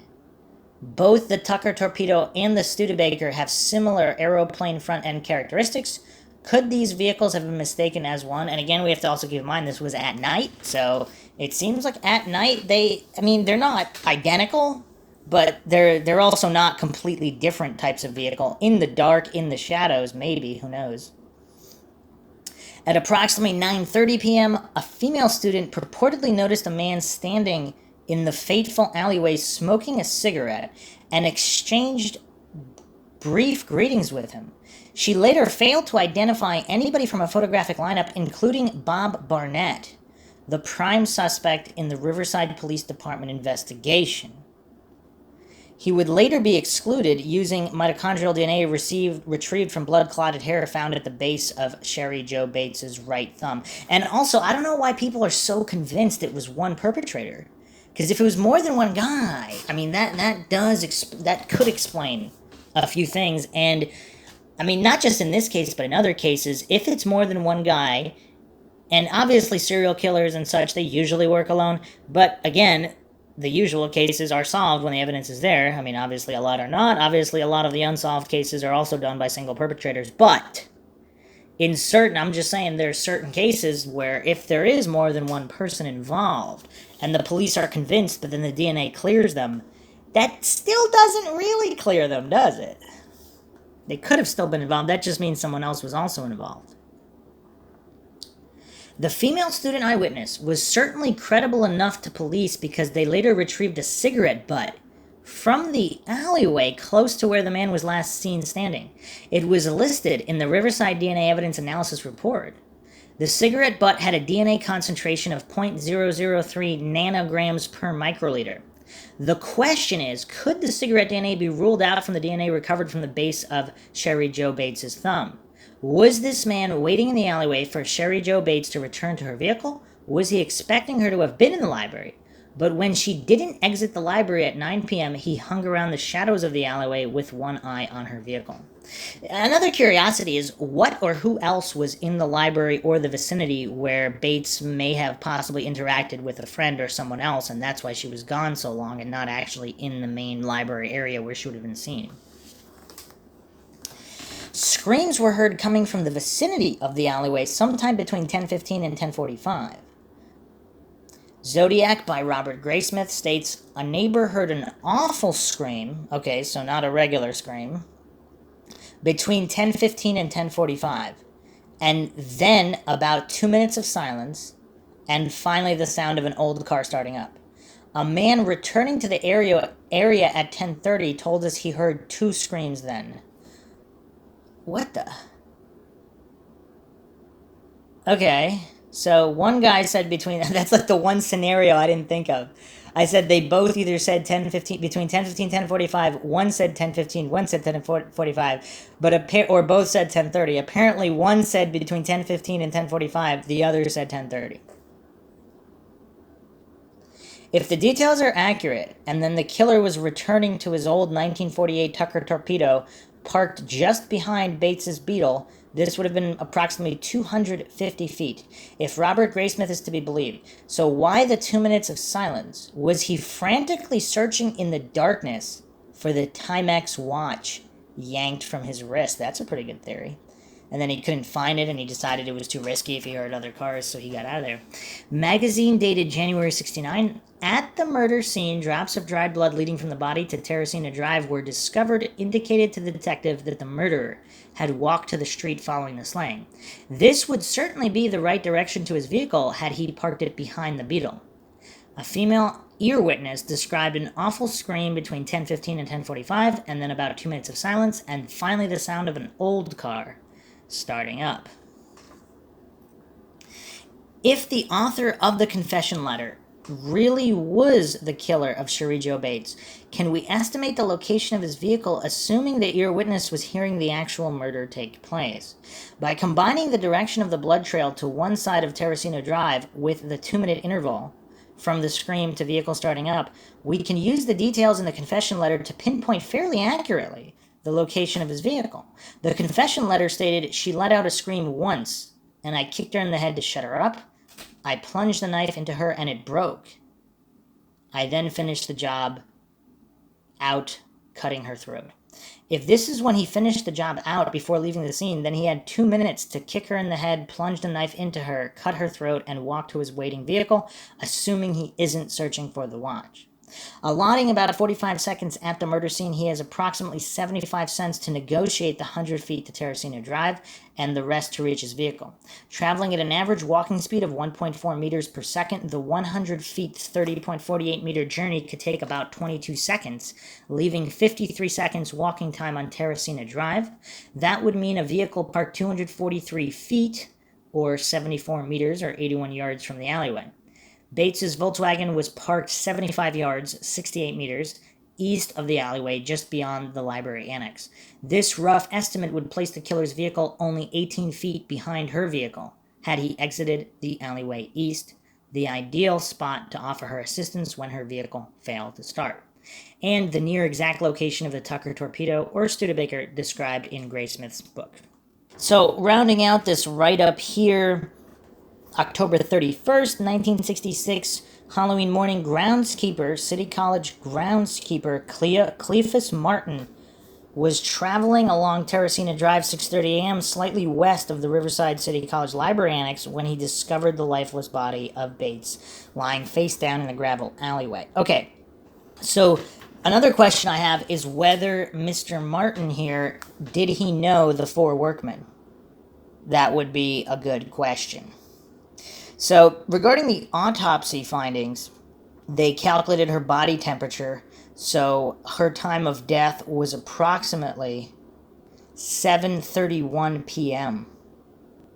Now, of course, there's a margin for error here, but according to the calculations, they're going by liver temperature, was 26 Celsius and 28 Celsius at 9:31 a.m.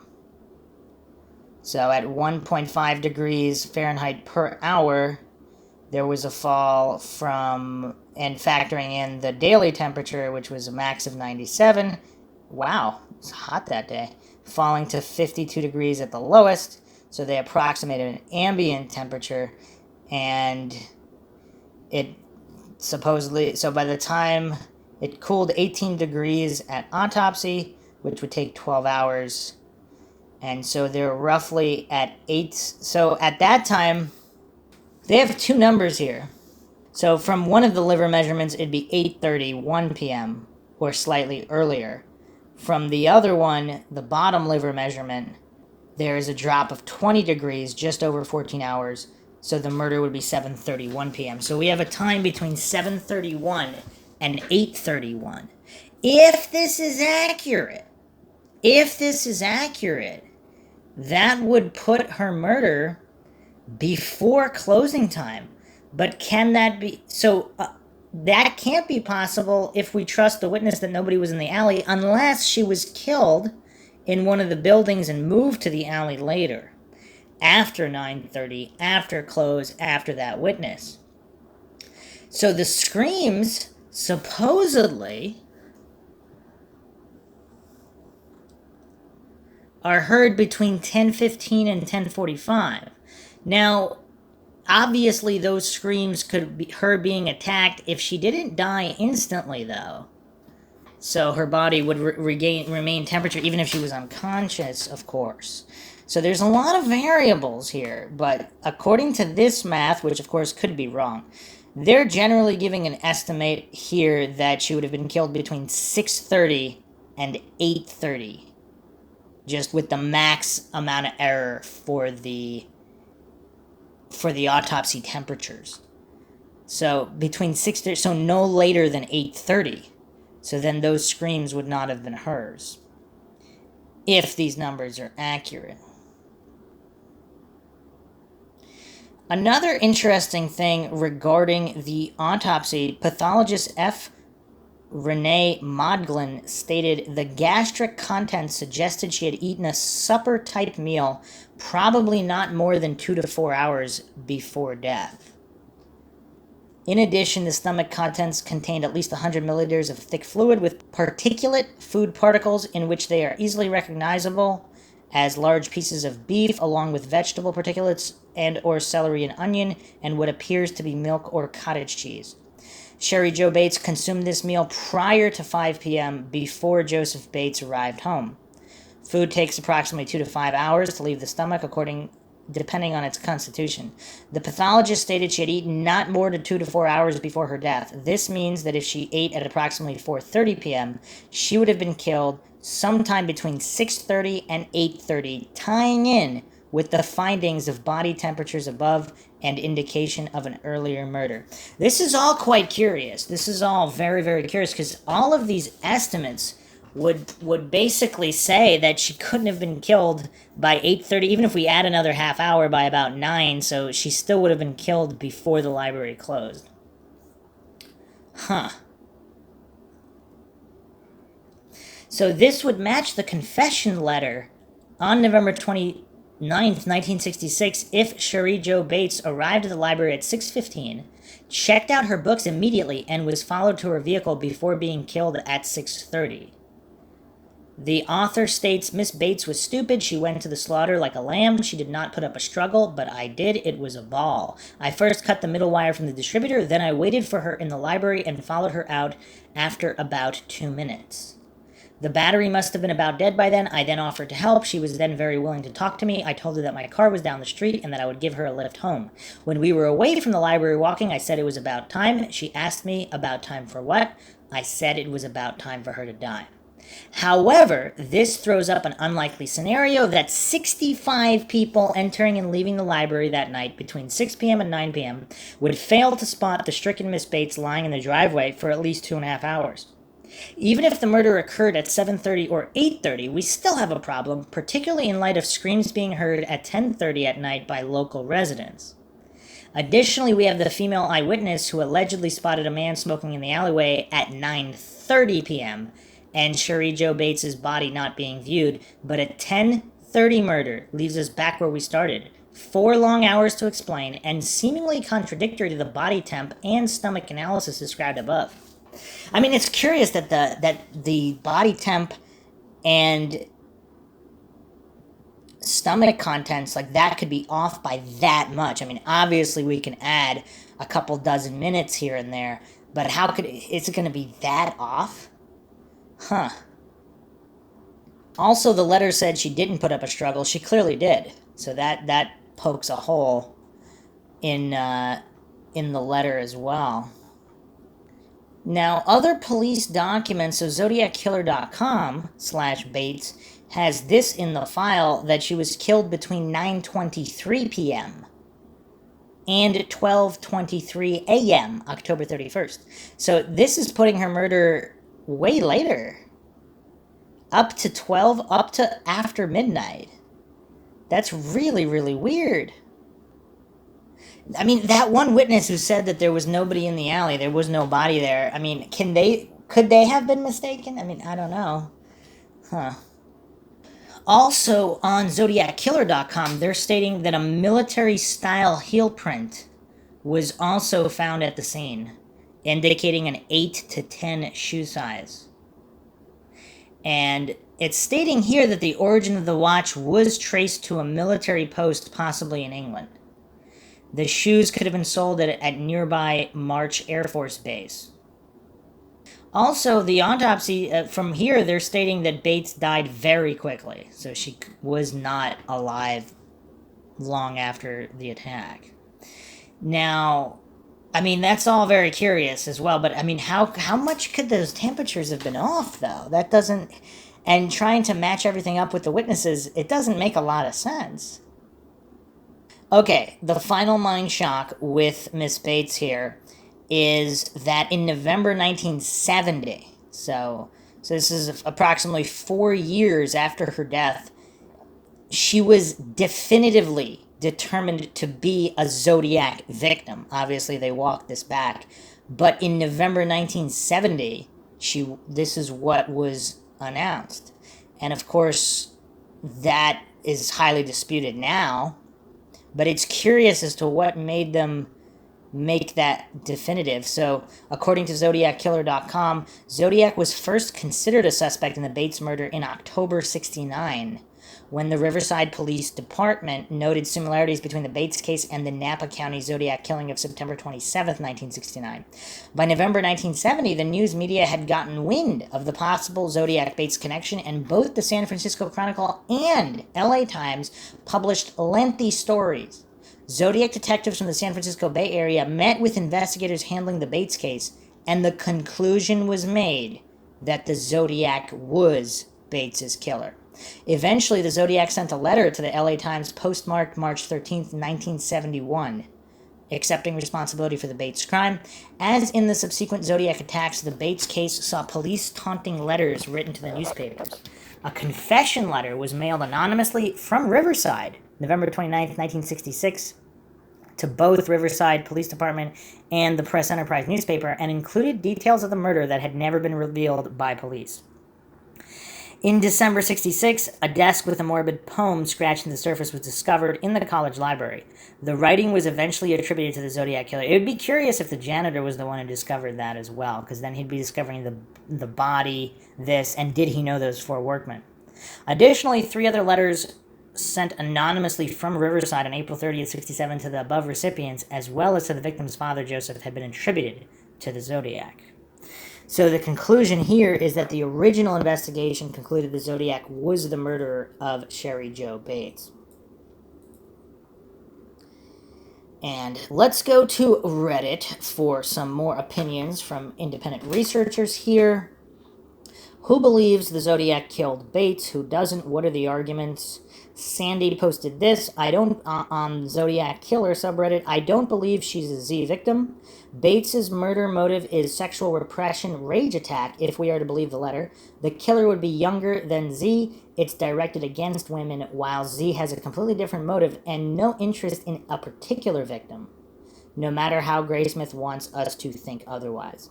Zodiac doesn't like getting too involved with his victims. This attack involved a lot of manipulation and involvement. The style of writing is very different. Unless he has multiple personalities, it's not a match. Wow. That's actually a curiosity, because if he does have multiple personalities, wow, that would explain a few things. Or if it's more than one guy, or if he was a criminal who had killed before, and then something happens when he wants, like, massive attention, and he just ups the ante. So some of the earlier, again, he's a human being, right? I mean, depending on how someone he's a monster. Some people wouldn't define him as human. But in terms of a person who goes through various changes in life, when he was younger, he may have had personal victims, right? If he's a psycho killer, somebody offends him or somebody wrongs him in some way, or at least in his own mind, even if it didn't happen for real, it could be personal.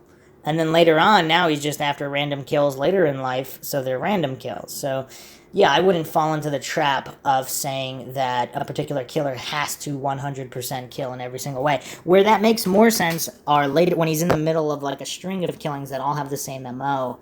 That makes more sense there. But killings years earlier, such as these that are possible victims of his, it's possible he was in a different state of mind years prior. Another poster here, rockin' good news. I don't think there's any compelling evidence suggesting Zodiac was responsible for Bates. The reasons people link the case are: 1, both killers wrote letters claiming credit for the crimes. The letters in the two cases share the use of some uncommon words and misspell the word twitch in the same way. 2, the Bates killer disabled her car. A possible Zodiac attack, Kathleen Johns, allegedly involved disabling the victim's car, albeit in a completely different manner. 3, Zodiac accepted credit for the Bates murder after the media linked the cases. And I'm going to interject here. Of course, it's possible the Zodiac is not... The person writing the letters could be a single individual who is not the Zodiac, who possibly has ties to law enforcement, which is why he has details nobody else has. Or it is the Zodiac who wrote the later letters, and then he took credit for it by having information nobody else had, if he has a law enforcement connection. What are the dissimilarities in the cases? 1, the Bates attack involved a lone female. Zodiac's attacks involved mixed couples and a lone man. Although if a lone female would balance out a lone man, would it not? 2, the Zodiac attacks were conducted in the Bay Area, primarily the North Bay. Bates was killed 500 miles away in Riverside. 3, the Bates murder was a frenzied attack with a small pocket-style knife, overkill, and a coup de grace. Zodiac's attacks were, with one exception, done with a handgun. The one attack in which Zodiac used a knife, it was a long bayonet-style knife. He was careful to bind the victims before stabbing them in the back. He did not conduct a coup de grace. One of the 2 victims survived. 4, while there are some superficial similarities in the letters, the Bates letters claim a personal motive based on sexual rejection, eroticize the killing, and describe it in sensual detail. The Zodiac letters, by contrast, reveal no personal motives for the attacks, and instead give an occult reason: collection of slaves for the afterlife. Zodiac describes his attacks in detached mechanical terms. He expresses no sexual motive or any sexuality whatsoever, although counterpoint here, a much younger Zodiac, before he did research into slaves for the afterlife, might have still killed people, and then he read a bunch of literature and decided it would be fun to work in the occult angle. So again, if somebody's a psycho killer, it's possible that they were a different type of psycho killer earlier in life before they fully developed their personality or whatever they wanted to, their seeking fame and fortune type manners. Reasons to doubt Bates was a Zodiac crime. 1, as outlined above, the dissimilarities overwhelm the supposed similarities. The crimes were different in terms of MO and victimology. While rare, there have been many other cases in which killers communicate with the media police after the act. The similar misspelling of twitch as twitch without the T, without the second T, is common. I don't know how common, though. 2, the Riverside Police Department believes they know who killed Bates, and their suspect could not have committed the Zodiac crimes, although their suspect also doesn't match DNA. 3, Zodiac's claim of responsibility cannot be trusted. He is known to have taken credit for other crimes he did not commit. Example, the Snoozy Furlong murders. 4, indeed, attribution of the Kathleen Johns attack to Zodiac is itself suspect, notwithstanding that Zodiac claimed credit. The only evidence linking him to that crime is Johns' claim that the perpetrator looked like the Presidio Heights sketch of Zodiac. The crime is otherwise completely dissimilar from the other Zodiac crimes in terms of MO and victimology. It occurred hours away from the Zodiac crimes. There are also good reasons to think the Johns attack didn't actually happen at all, and we'll be getting into that as well. In any case, Zodiac only claimed credit after the attack was linked to him in the media, and he did not provide any details other than those already published in news reports. Put it all together, and I lean towards Zodiac not having killed Bates. I wouldn't bet my life on it. If some new evidence were to emerge, I wouldn't be shocked to learn the cases were linked. But based on what we know, I'm not convinced. And that's relatively reasonable there. You know what else is kind of curious? So the Bates' letters were typed, but the poem handwriting on the desk in the library was, of course, written by hand. Is it possible that that was Zodiac who wrote it, but who was not responsible for the Bates murder or the typewritten letters? He just happened to be in that library, and that's one of his morbid poems from his earlier years. That'd be curious. So there's also an interesting comment here comparing the letters by Wolf 4968. Linguistically, how are the letters similar? In tone, sentence structure, rhythm, vocabulary choices, where are they similar? Adult writers do not drastically change their literary patterns, especially over a short interval between the Bates letter and the Zodiac letters. Handwriting, although, again, depending on the age there, if he was already established adult, whatever, or of course if he does have that split personality. Handwriting is irrelevant since we have a typed letter. How adults speak and write in their personal correspondence in pattern and preference is fixed, and that's where similarities and differences will be most obvious and detectable. Anecdotally, I teach composition classes to high school seniors and professional adults. Once I've seen 2 of your assignment submissions, I'll have very little trouble picking you out of a crowd of future submissions unless you go to extreme length to disguise your writing patterns, which, again, who knows, a Zodiac might. Even then, there will be tells. I read the Bates letter. I get nothing, nada, that makes me think I'm reading the same writer as the Zodiac letters, except for subject matter. But then again, Raymond Chandler wrote about murder too, and I know that it wasn't him writing the Bates letter. Although, counterpoint here, going back to the theory, if there's more than one Zodiac killer, or if they're 2 friends, one of them does all the killing, one of them writes the letters, and that's why they know so much. In which case, this could have possibly been the friend writing this particular one, but they're still in cahoots, and if they're both the Zodiac killer, so to speak, or accessory, whatever, this could be them involved in this crime as well. I know this individual wasn't considering that possibility, but this is MINDSHOCK, so I had to throw that in there. Continuing on here from Wolf 4968, the composition teacher. The letter is all about targeting. The first 122 words are all about zeroing in on particular targets. The next 233 words are all graphic descriptions of the crime and the reasons for hitting that target. The final 67 words are braggadocio and scare tactic. That portion, I'll grant, might contain some seeds of what we get later in Zodiac. Do this or else. Publish this letter. I made that call. So maybe there in the sign-off is the first appearance of the Bay Area personality that emerges in 1969. Maybe the first 355 words of the Bates letter are so personal and graphic because Bates was a known commodity to him and not some random couple on a country road, and after he got Bates out of his system, but not the lust or blood or infamy, he went another route. And that's a very fair point, very astute observation, because that's a very real possibility. If I'm wrong, I'm wrong. Good for the sleuth who figures this all out and discovers that Bates was a Zodiac killer. I remain intrigued, and I'm relieved we're discussing, not name-calling. Thanks for that. Okay. Here's an interesting response, though, by I Keep Forgetting. Interesting. My niece and her husband were doing a course together. My niece was a much better writer and able to consolidate thoughts. Her husband was very charming. My niece did all their written coursework. The teacher always gave her husband higher marks for the essays. Huh. This was the response to this composition teacher. Curious. So their written coursework was done together, but the husband got higher marks because the husband was charming. That's weird. Okay. A response here. I'm doubtful Zodiac committed the murder. He could be behind the Bates had to die letters, and quite likely was. Opposed by morbid imagination.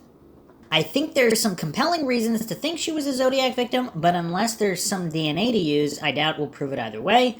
And there's DNA, but obviously there's been nothing conclusive done with it. Very curious post here by Mio Nemo. The magic Zodiac number 3. Bates had to die letters. Barely said anything, and the only signature was an odd Z, and that the Zodiac liked text impressions hidden on the paper. The desktop poem is what was linked to Z by a handwriting expert, Sherwood M. Many say female. Makes me wonder about the man-woman team angle. Something about this attack seems very juvenile. The bit about two people seen with flashlights always interests me. What was he looking for? The broken knife. Okay, curious here. Huh. So if Zodiac was a male female team, how does that impact everything? Because again, as I've been postulating this entire podcast, if Zodiac did not act alone, either having a friend, acquaintance, accomplice of some kind that knew the information of the killings, even if they weren't present at the killings, but maybe they were present at the killings, maybe they were a lookout or whatever, although, again, because he was spotted by these witnesses, he didn't finish some of them off. Is it more likely that his accomplice, if he had one, wasn't actually present at the killings or wasn't in the immediate vicinity? Either way, they talked after and they knew all the details, so they could send those letters. Curious. The response here, I don't think you could even take a bet on whether or not two people would be seen with flashlights looking around the spot someone's already been murdered. No way them two had something to do with it. I always thought the boot print was from a woman. A man and woman, the only two missing from the reenactment. I thought it might have been Chester and his girlfriend and or Lauren, but Chester was black and that threw everything I had out the window, unless Terry Phelps was the brains and she had some other guy help her out. If Cherie went missing for hours, I'd say she could have went away with a strange girl over guy any day, especially in daylight. I'd bet just because of how people thought that they saw two guys with a flashlight, because why would a guy and a girl be out that late up to mischief? I dunno. So I don't actually remember going through the flashlight information, so let's do that. Let's do that now. HeatherMonroe.medium.com actually had a write-up on the unsolved murder of Cherie Jo Bates, and she mentioned this here. Wait, what? Actually, there's a lot here. I'm going to have to read this entire article here because there's information here that has not been gone over on any of the sources we went over. I mean, this is very, very troubling. So this is Heather Monroe. She wrote this February 1st, 2020. The unsolved murder of Cherie Jo Bates, brutally killed in a dark alley on her college campus in 1966, claimed by an infamous serial killer who remains unidentified. In the 1960s, the city of Riverside, California, was a peaceful community full of families who enjoyed relatively crime-free lives. Unlike Los Angeles, 60 miles west, Riverside was a safe place to raise children. Their illusions of relative safety crumbled Halloween morning 1966 when a pretty wholesome co-ed was found brutally slain on her college campus. Cherie Josephine Bates was a freshman at Riverside Community College that fall. She was born in Omaha, Nebraska, February 4th, 1948, to Joseph C. Bates and Irene Karolowitz. When Cherie Jo was very young, the family moved her and her brother Michael to Riverside, where she spent her girlhood. Cherie Jo graduated from Ramona High School summer of 1966. She was a varsity cheerleader, homecoming princess, and active in many extracurricular activities. Students and friends describe Cherie Jo as an outgoing girl who was popular but not cliquish. She had no enemies that anyone knew about, and was the apple of her father's eye. Cherie Jo, the quintessential girl next door, had recently become engaged to Dennis Highland, her boyfriend of 2 years. Cherie Jo was a part-time employee at Riverside National Bank. She saved up her earnings and bought a lime green 1960 Volkswagen Beetle. Michael was in the Navy that year, and her mom lived out of the home. So Cherie Jo lived alone with her father at 4165 Via San Jose. On October 30th, 1966, Cherie Jo and her father went to a morning mass at St. Catherine of Alexandria Church. Next, they had breakfast at Sandy's restaurant around 10 a.m., and Joseph and Cherie Jo parted company. Joseph was going to the beach that day, and Cherie Jo stayed back to do some studying. That afternoon, Cherie Jo called her friend and asked if she would accompany her to the Riverside City College library. She declined twice before Cherie Jo decided to go alone. She left her home shortly after 5, wrote a note for her dad that read, "Dad, went to RCC library." gone. Joseph wasn't too concerned by the note since he knew she was staying home to study. The library closed at 9 p.m. and Sherry Joe never returned. Joseph looked out the window for most of the night, hoping he'd see Sherry Joe trotting up the driveway. Instead, Joseph reported her missing at 5:30 a.m. on Monday, October 31st. Less than half hour later, on that Halloween morning, groundskeeper Cleophas Martin found Sherry Joe's body in a secluded campus alleyway between two vacant houses. She was face down in the dirt and covered in blood. It's actually kind of gruesome because even though it's not like a close-up shot, the newspaper at the time, the Press Enterprise, October 31st, 1966, actually ran a photograph with her body in the photograph. Quite gruesome. Investigation witnesses saw Sherry Joe enter the library around 6 p.m. A young man who knew Sherry Joe noticed her at a desk writing in a blue spiral notebook with a ballpoint and pen.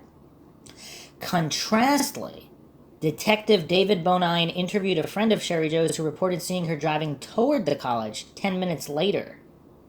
Either way, she parked on Terracina Drive in front of the library building, and I already addressed that inconsistency.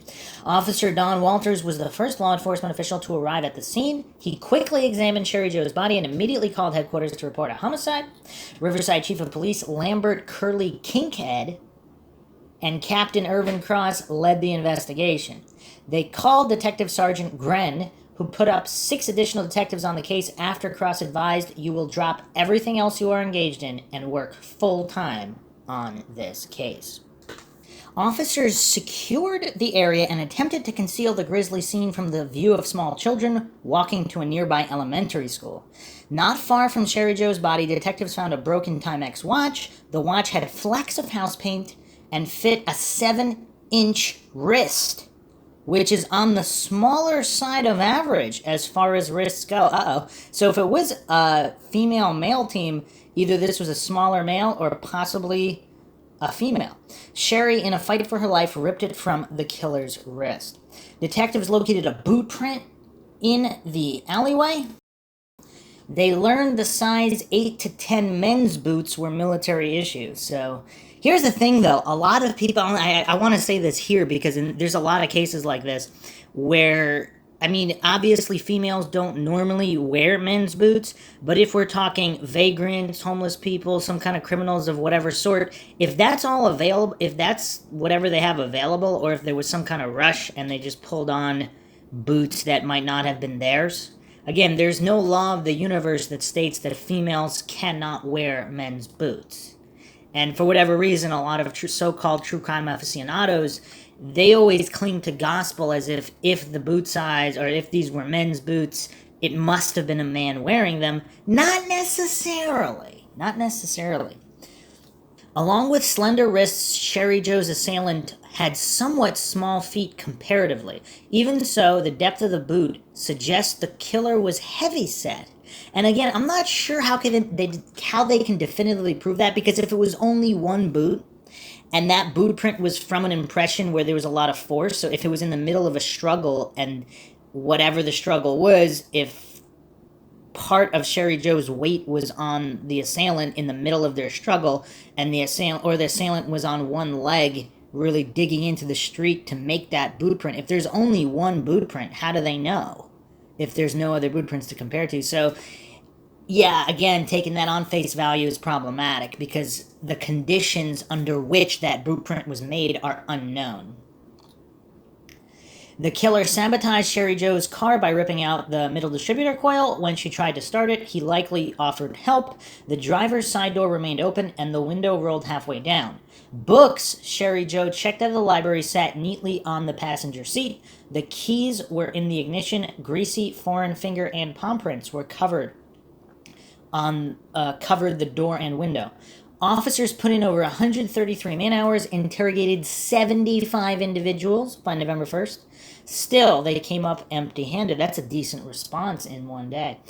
Dr. Renee Modglin conducted Sherry Joe's autopsy at 9 a.m. on the morning of the discovery. She suffered 42 stab wounds to her face, breast, back, and her throat was slashed. Another point I'm going to jump in here. Men are more likely to be serial killers, but female killers are often more vicious than male killers. So, for those that have studied the differences between male and female killers can be more vicious and inflict many more wounds than a male serial killer would. And again, every case is different, every killer is different, so that's not hasty generalization, logical fallacy there. I'm just bringing that general information just to keep it in mind, not to assert any particular argument in this particular case, because we don't know. The fatal slash severed her jugular vein. Aside from these injuries, the perpetrator also kicked her in the head. And as I've stated before, if there was more than one perpetrator, would it be more likely that there would be kicking to the head as well as stabbing? Autopsy placed Sherry Joe's time of death between 9 p.m. and midnight. 5'2", 110 pounds, Sherry Joe put up a brave fight. She had skin under her fingernails and hair clenched in her right fist. From that evidence, the doctor concluded her killer was a Caucasian male. And of course, we do need to review that evidence again. I'm assuming it had to have been. I mean, this is a relatively famous case, so if the initial DNA result was to a Caucasian male, I would assume that would have been verified at least once, twice, if not 3 more times, just to make sure that was 100% definitive. And if that was all verified multiple times, then yes, most likely, I mean, all those tests being wrong seems unlikely, because this is if there's a lot of hair there, we're not talking about a very, very small sample.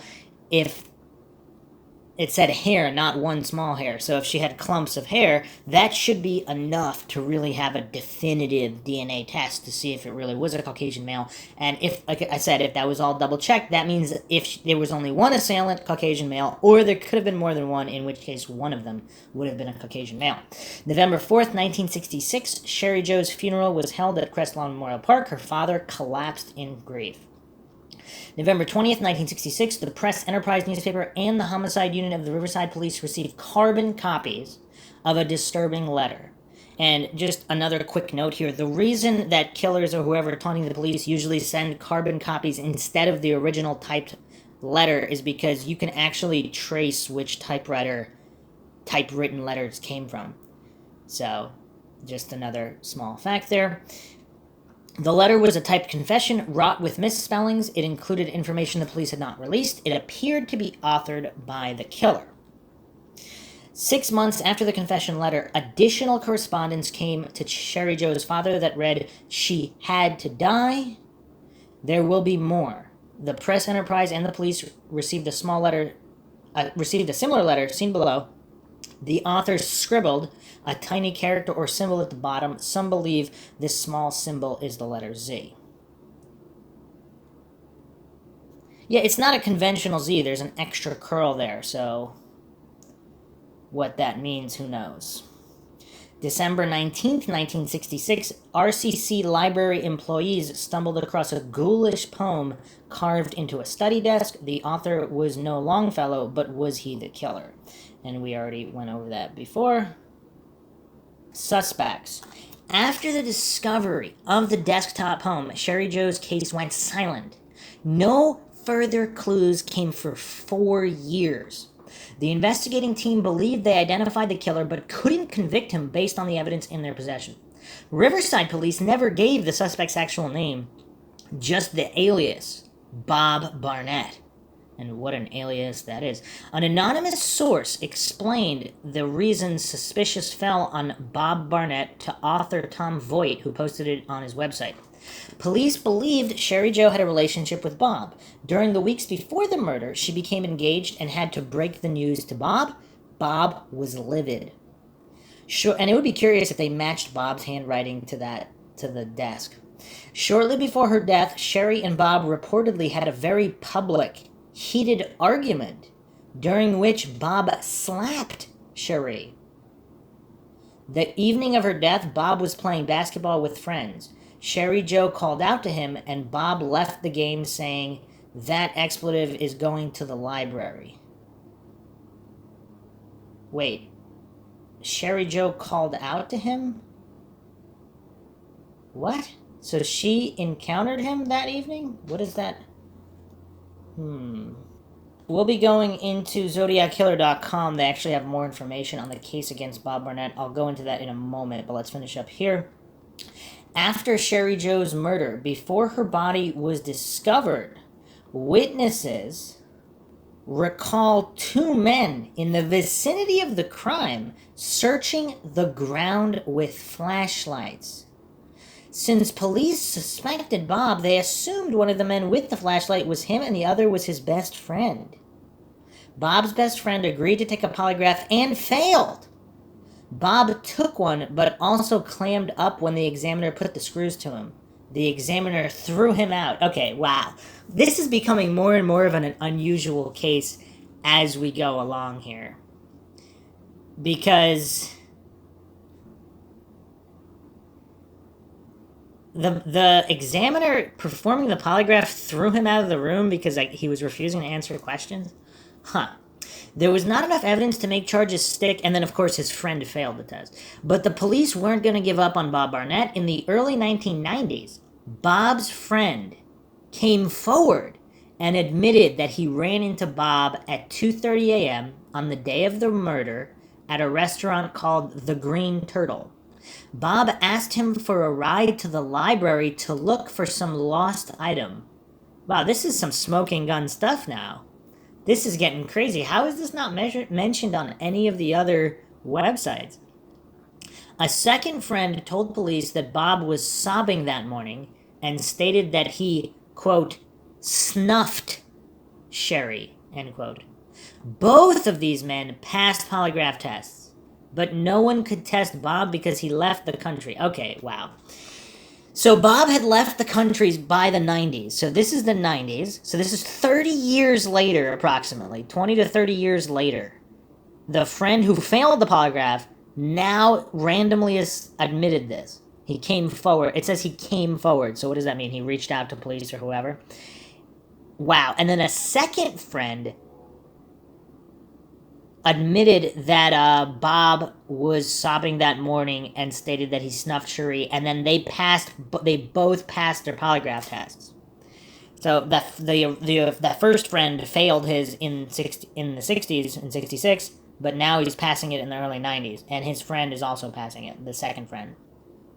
Okay, December 98, investigators learned that Bob was returning for Christmas. They quickly obtained a warrant for Bob's DNA. Bob wasn't surprised and didn't resist.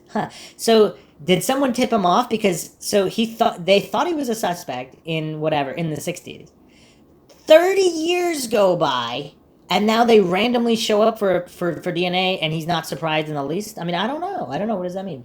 They compared DNA from the crime scene evidence directly to Bob's skin, hair, saliva, and blood samples. Okay, so this seems like a really good DNA test, because they compared the hair sample to the hair sample.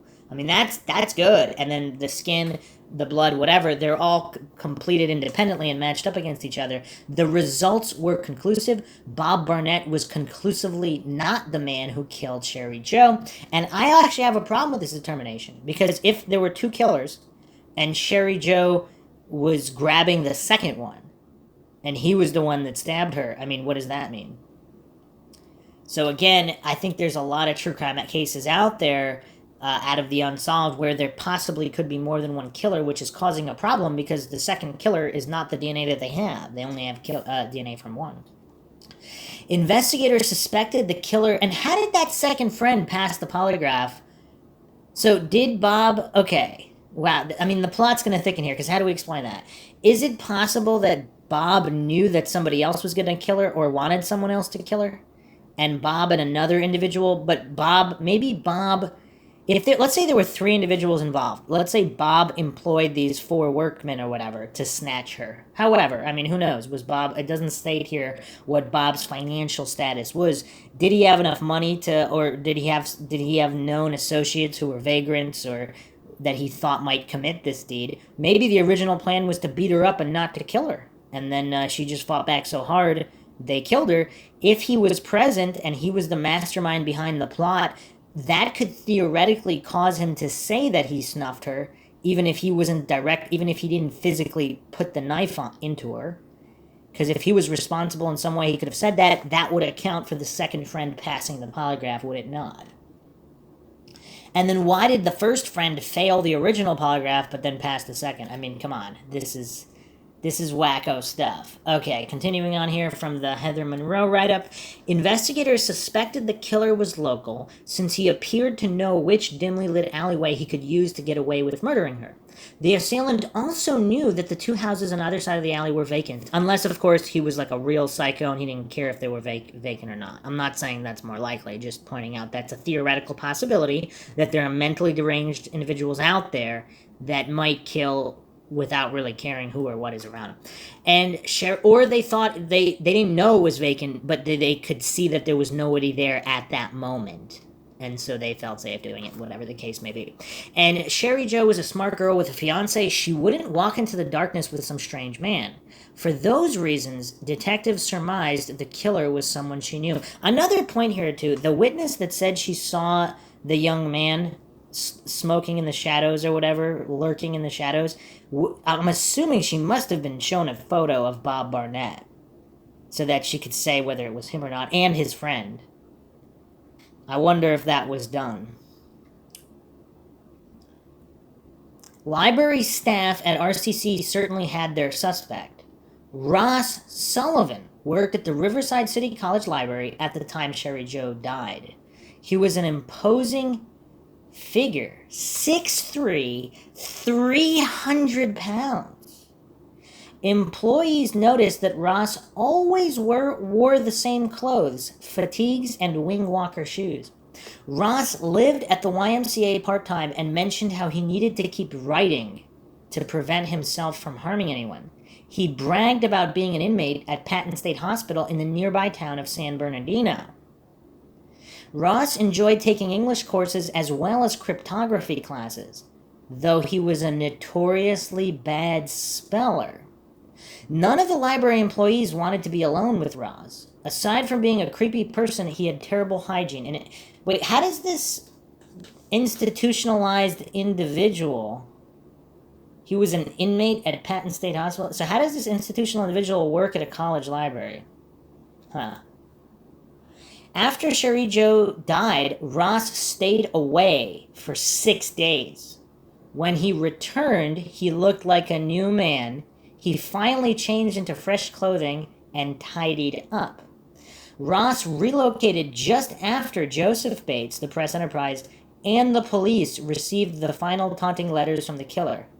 He moved to Northern California. Well, that's a lot of coincidences, because if you want to write off one of them, like, for example, if he didn't stay away for 6 days and he simply moved after the letters, I mean, that's theoretically possible. Now we have two.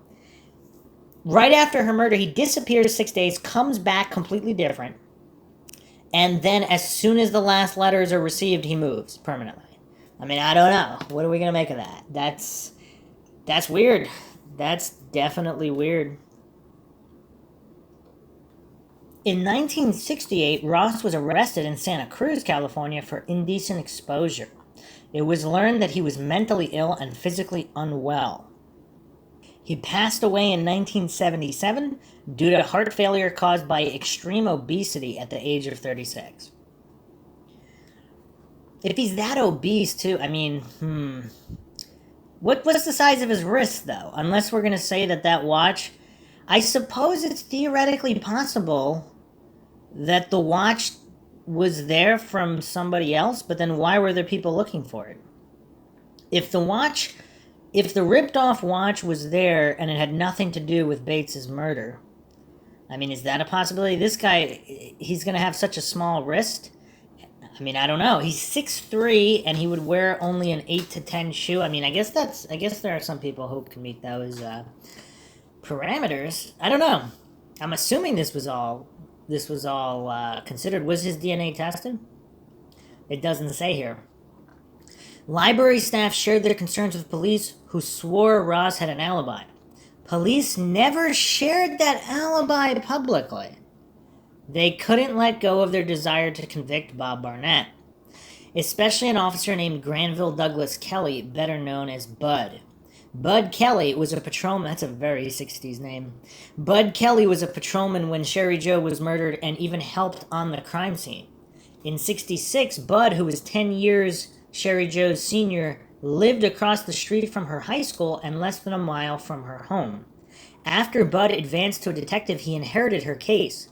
Bud insisted Bob Barnett murdered the girl and failed to compare Ross Sullivan's handprints to the ones on Sherry Joe's car. How is he the only one involved in the case, though? You would think there'd be multiple detectives involved. So he didn't even check. If he didn't check the fingerprints, there's no way, or the palm prints, there's no way he checked the blood. Bud had custody of the case for 15 years before he retired in 1990. During that time, he secretly took Sherry Joe's diary home. He claimed she mentioned Bob Barnett frequently. After Bud retired, he went on to start a law enforcement ministry and sat on the board for a Christian school. In 2013, 74-year-old Granville Bud Kelly was arrested and convicted of molesting two 7-year-old girls. He was 74 years old at the time of his arrest. He was convicted and sentenced to 24 years in prison. Bud didn't become a sexual predator the first time he got caught. No one knows how many girls and women Bud left in his wake. To be clear, child molesting and murder are two different crimes, but surely the man needs to be considered. That is curious, though, because if he was involved in her death, and he's the detective on the case, he can make sure it doesn't get solved. Partly due to Bud Kelly's efforts, Bob Barnett was the prime suspect as far as Riverside was concerned. Bud and the rest of Riverside Police Department clung to their suspects so tightly, they refused to entertain any other suspects. Even when presented with evidence that Sherry Joe's death might be part of an infamous string of murders. For this reason, Ross Sullivan has never been ruled out or in. I mean, come on, don't they have his DNA, though? And I mean, he's been arrested before. He's an inmate at a mental hospital. They must have his DNA. Why would they not have run his DNA?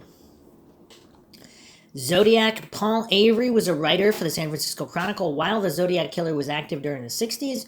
In November of 1970, he received an anonymous tip addressing similarities between those crimes and the murder of Sherry Joe Bates. Paul agreed the crimes were similar. As with Sherry Joe's killer, Zodiac wrote letters to the police in various newspapers. Zodiac killed college-aged people, usually couples, in secluded areas. The confession letter states, "She squirmed and shook as I choked her," spelled CHOAKED, and her lips twitched, TWICHED. The author of a Zodiac letter from January 26, 1970 wrote, "Some I shall tie over anthills and watch them scream and twitch," TWICH, and squirm. Both writers have the unorthodox habit of beginning their sentences with conjunctions such as but and or. Zodiac and Sherry Joe's killer also used double postage. Both letters reference their murder as the game. I mean, that's interesting, huh? In both cases, the killer warned that there would be more victims. Paul Avery was so convinced that Sherry Joe's killer and the Zodiac killer was the same person, he hand-delivered all of the Bates letters, including the desktop poem, to handwriting expert Sherwood Morrow.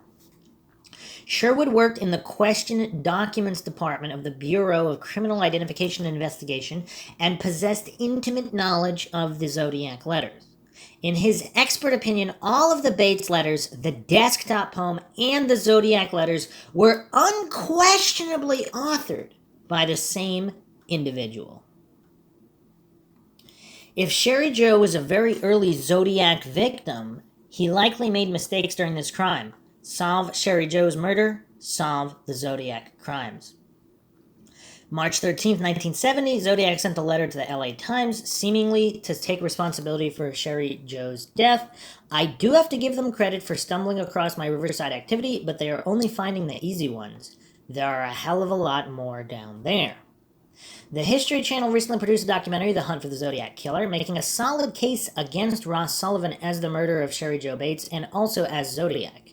Steve Shumway, the current detective tasked with Sherry Joe's matter, related this statement to Zodiac aficionado Tom Voigt. There are two things for sure you can share with your many readers. There was a murderer who called himself the Zodiac, and there was the murderer who killed Sherry. They are two different people. It's weird, though, because this is the detective for the Sherry Joe case, and how much does he really know about Zodiac if he's specifically focused on only that case? You would need an objective third-party investigation to truly examine all this. It remains unknown if Sherry Joe's killer is also the Zodiac. Perhaps DNA testing will someday answer this question. We wait. Aftermath. Immediately after Sherry Joe's death, the school cleared the alleyway of brush and debris. They also installed lights to make the area safer for students and staff and less of a draw for a perpetrator. You know what else is interesting? The four workmen are not mentioned in this article by Heather Monroe, and yet the stuff she mentioned is not mentioned in the other articles. It's weird. So there doesn't seem to be a definitive overview, but now I guess the MindShock podcast will have to fill that gap. Countless Zodiac enthusiasts still discuss the Sherry Joe Bates murder at length. Was she or wasn't she the first Zodiac victim is often the topic at hand. If she was, this is a very early Zodiac crime. It would be the crime he most likely would have fumbled. Of all of the Zodiac murders, this would be the most solvable, especially with the DNA evidence. If Sherry Joe is a victim of Zodiac, cracking her case would solve many more. For reasons known to the family, her body was exhumed from Crestlawn Cemetery and cremated in 1982. Her ashes scattered at sea. So I'm assuming from that phrases the family has not stated why they exhumed her in 1982. Joseph Bates created a Sherry Joe Bates Memorial endowed scholarship for music students to honor his little girl's life and love of the piano. Sadly, this is not why Sherry Joe is best known. Sherry Joe's father, Joseph, mother, Irene, have both passed away without learning who killed Sherry Joe. With advancements in forensic technology such as genetic genealogy, her living family members and many friends may someday know the truth, and Sherry Joe's death will not have been in vain. And the people with flashlights, that's the initial reason I read that article. That's curious. So we have a witness who said that there was no body. We have another witness who said that there were people with flashlights there, but somehow didn't notice that there was no body. I mean, there's a lot of problems here. There's so many inconsistencies with this case. I mean, it's a baffling case. Let's go to ZodiacKiller.com for the case against Bob Barnett. This information concerning the prime suspect in the Sherry Joe Bates murder was revealed to me in confidence. September 10th, 1999, my source wished to remain anonymous. So, possibly somebody within the police department. Sherry Joe Bates was murdered the night of October 30th, 1966, multiple stab wounds. The attack occurred on campus of RCC. Bob Barnett, not his real name, was routinely considered a suspect because of his close relationship with Sherry.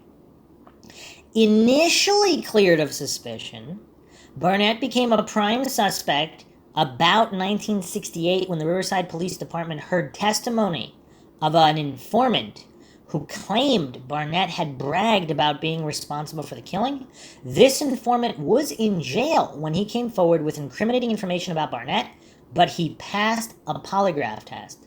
His story has remained consistent. So, another point here. Is it possible that Barnett did brag about something he didn't do, because that's the kind of person he is, just theoretical? So the people that overheard him, if they believed him, they would pass the polygraph. And of course, we're not going to go down the rabbit hole of polygraphs not being that reliable. But like Sherry, Barnett was a student at RCC during fall 1966. In fact, he and Sherry dated in the weeks before her death. Barnett also attended school with Sherry prior to RCC. Wow, okay, so they were both in the same high school as well. Interesting. I mean, it doesn't say specifically high school. It says attended school with. I'm assuming that means high school. Barnett was mentioned several times in Sherry's diary. The diary is still in police custody.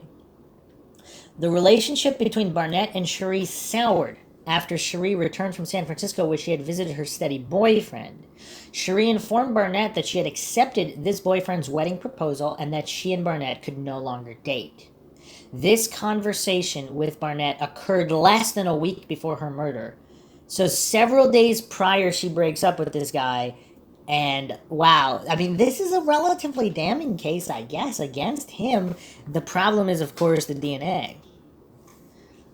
Barnett and Sherry engaged in a very public argument on the RCC campus just days before her murder. During the argument, Barnett allegedly slapped Sherry. A passerby heard Barnett say, "Have you changed your mind yet?" Wow, that's messed up. That's messed up. The evening Cherie was killed, Barnett was playing basketball with his buddies. Cherie called him for reasons unknown, and Barnett immediately left the game saying, quote, that expletive is going to the library, end quote. She called him for reasons unknown. See, it doesn't... Did she call out to him physically at the game? Or was he at a game, she called on the phone, this before cell phone, so he had to go answer physically the phone and then left the game? I mean, this isn't a clear... It's still not clear to me exactly how... It says called him, not called out to him. I mean, I don't know. But he immediately left the game.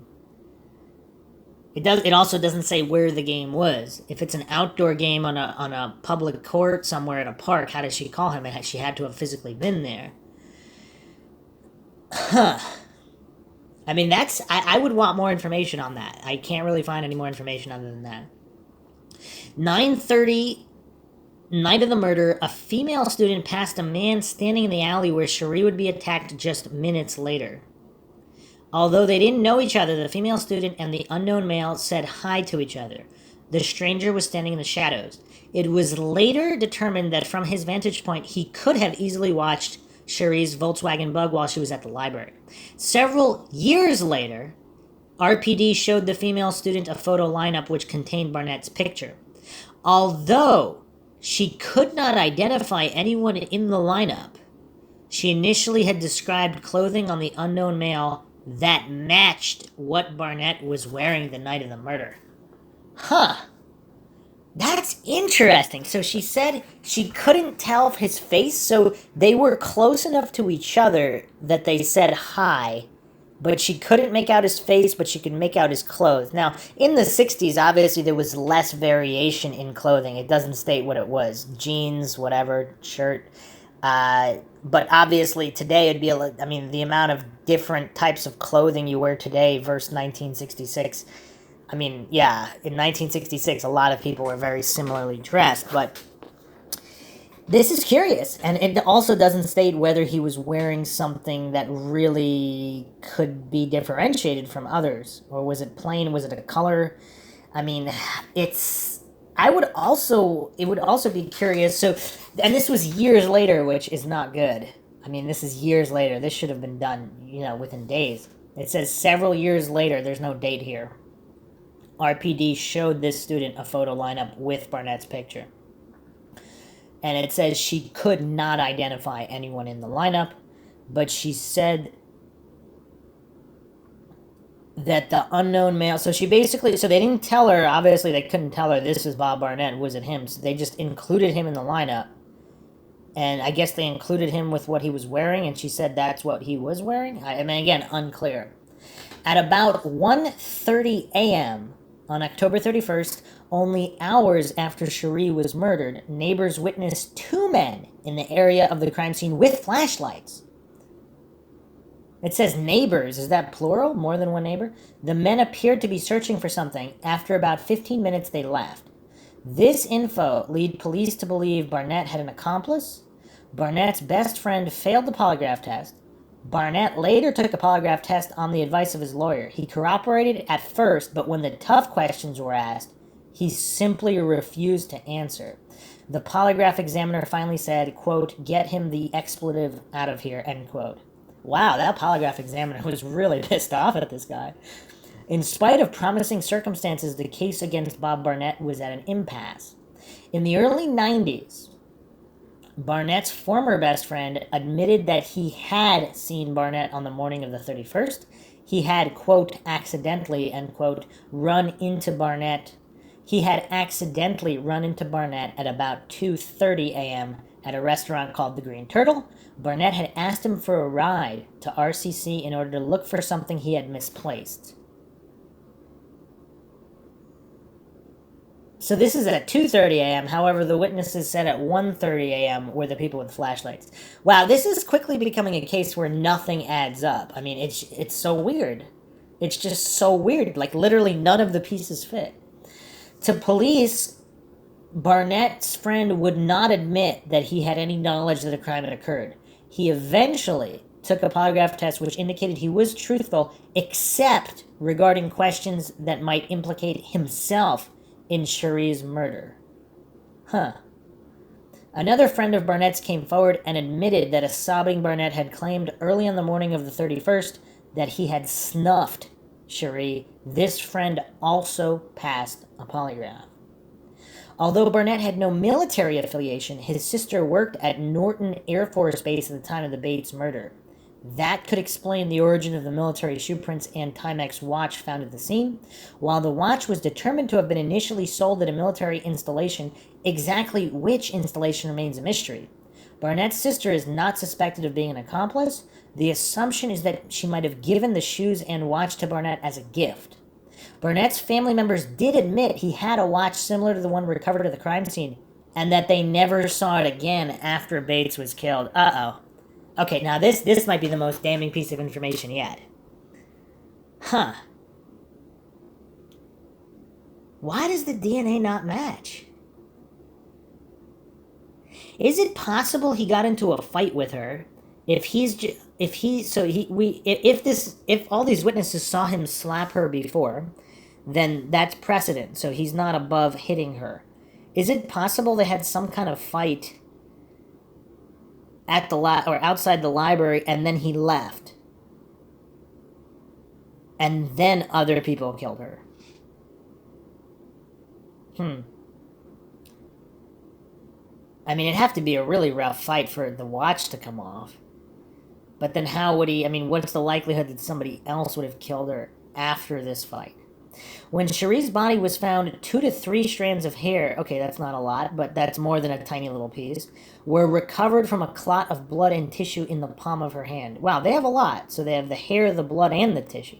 I mean, that's really good. I mean, I talk about in a lot of cases that just the DNA evidence is not good. So to extrapolate from really an imperfect sample, you would not necessarily get an accurate result. Here, you have 3 independent pieces of DNA here.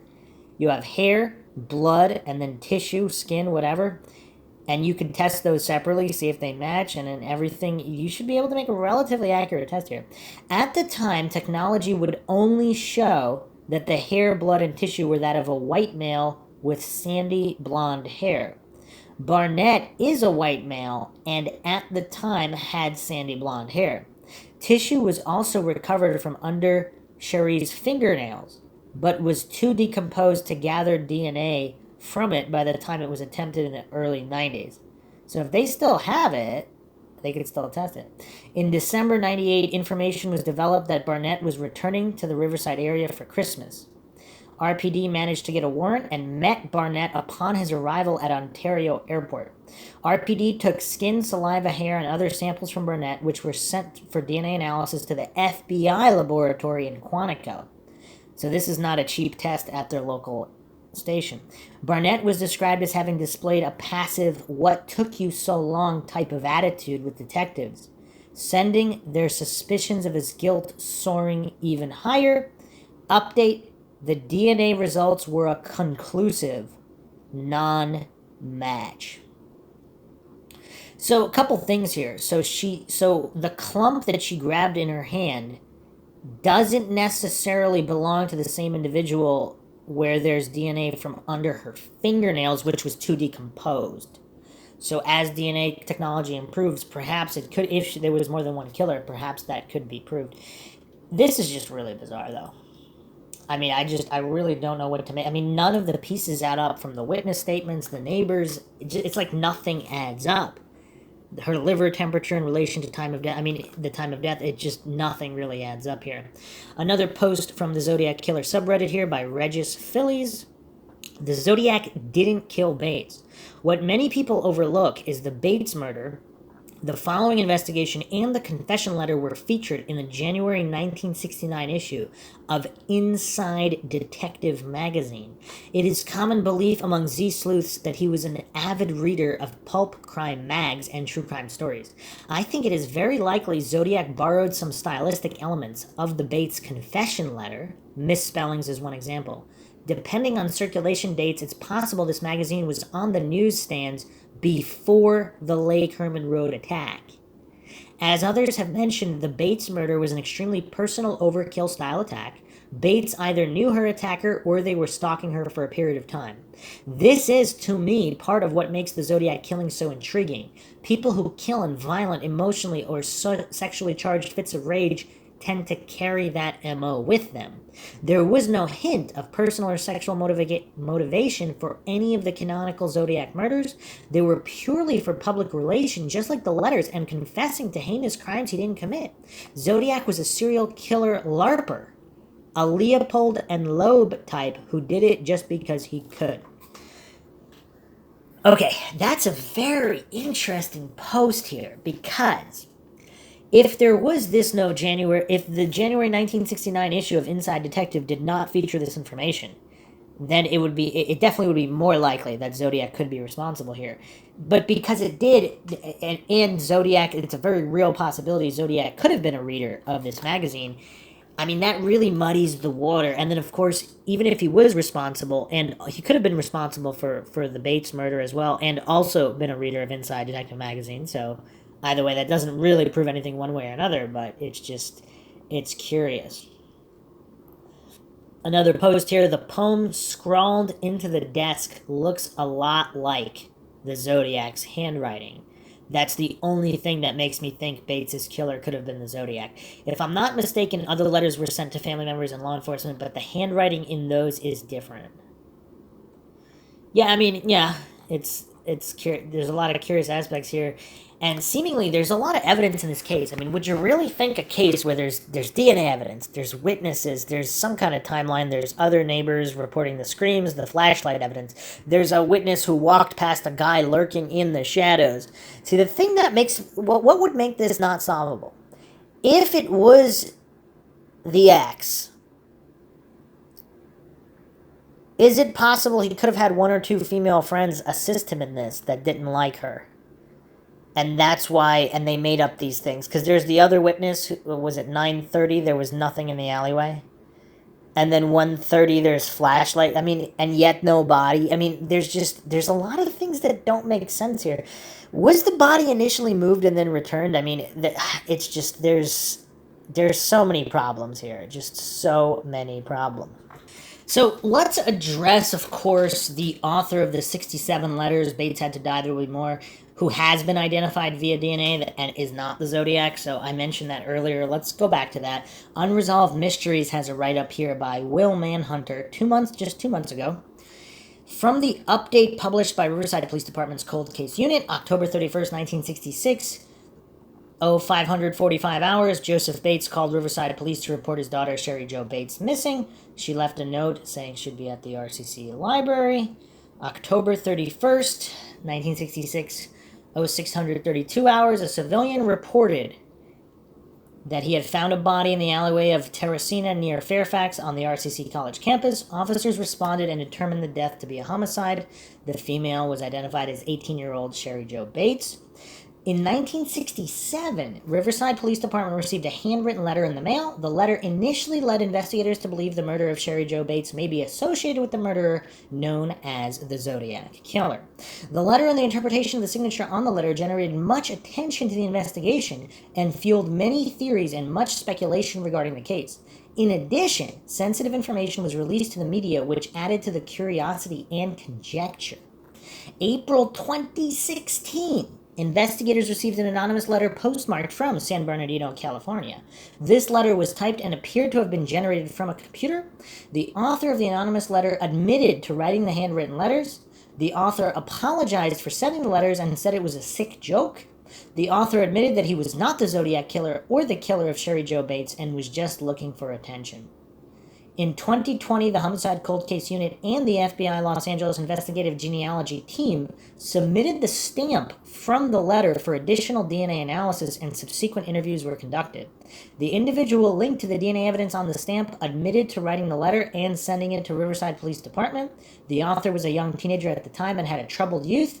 He said he wrote the letter seeking attention and was remorseful for his actions. Although, how do they know the same guy that put on the stamp was the guy that wrote the letter? Investigators confirmed the person was not involved in the murder of Sherry Jo Bates or involved in the murders associated with the Zodiac killer. Additional information was developed regarding a separate set of letters sent to the Northern California police agencies. The author claimed to be the Zodiac killer, but the author ultimately admitted to sending the letters to keep the investigation going. So there's, a lot of fake letters going around. So, interesting analysis here by Cypress Green. ZodiacCiphers.com says there were 3 handwritten letters. The letters were mailed with 2 4-cent Abraham Lincoln stamps, double postage to the following addresses on April 30th, 1967. One was sent to her father, Joseph Bates, at 4195 Via San Jose, Riverside, California. Second was sent to Riverside Press Enterprise, 3512 14th Street, Riverside, California. The third sent to Riverside Police. And then typed letters, addressed but unstamped, were sent to the Riverside Homicide Detail and Riverside Press Enterprise on November 29th, 1966. So this new news that the first 3 listed above but sent later letters were written by the newly matched DNA guy. But what about the typed letters? It's a good question there. Good question. The response here, we believe Riverside PD are saying it's just the 3 handwritten letters, one to her dad, one to press, one to Riverside PD, and not including the typed confession. The statement they made isn't too well worded, but that's the best guess so far. So this guy could have, if this guy's testimony is true and it's his DNA on the stamp, then those letters he admitted to, but the typed letters could still have theoretically come from the Zodiac. So, again, for those so-called debunkers who want to just sweep this under the rug because of this part of the case, it's curious. Also, more people are bringing up, did the person who wrote the handwritten letters, did he also confess to the typed letter? And it doesn't state that here. Very curious. And other people chime in, of course, that there are other letters claiming to be Zodiac that were never made public. So they were never released, so sent to the police or whoever in Northern California. If some of them were real, they could potentially hold more clues to solving this, and they have never been released, which is weird. A post here from Bluest Waters. This is not the least surprising to me since I am convinced Ross Sullivan killed her, and Ross is not the Zodiac for many reasons, but the chief reason being he couldn't drive a car. Okay, so I found one more post here, also on Unresolved Mysteries, which appears to clarify the phone call Bates gave to the ex on the basketball game, and this was posted by From X, the X Ashes 3 years ago. Sherry Jo Bates goes through most of the same details, and here, on the night of Cherie's murder, she had supposedly called Bob. Bob had been playing basketball and had left after the phone call. He had called Cherie a nasty name as he left. I'll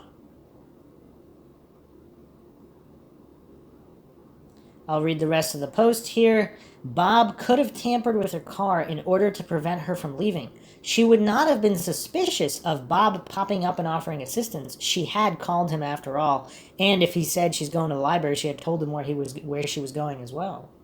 However, the hair samples clutched in Cherie's hand and the skin cells under her fingernails did not match Bob Barnett's DNA, and I think they they might be assuming here that there's no sources, so From the Ashes here is probably just speculating, because again, with the details, the under her fingernails supposedly was not tested.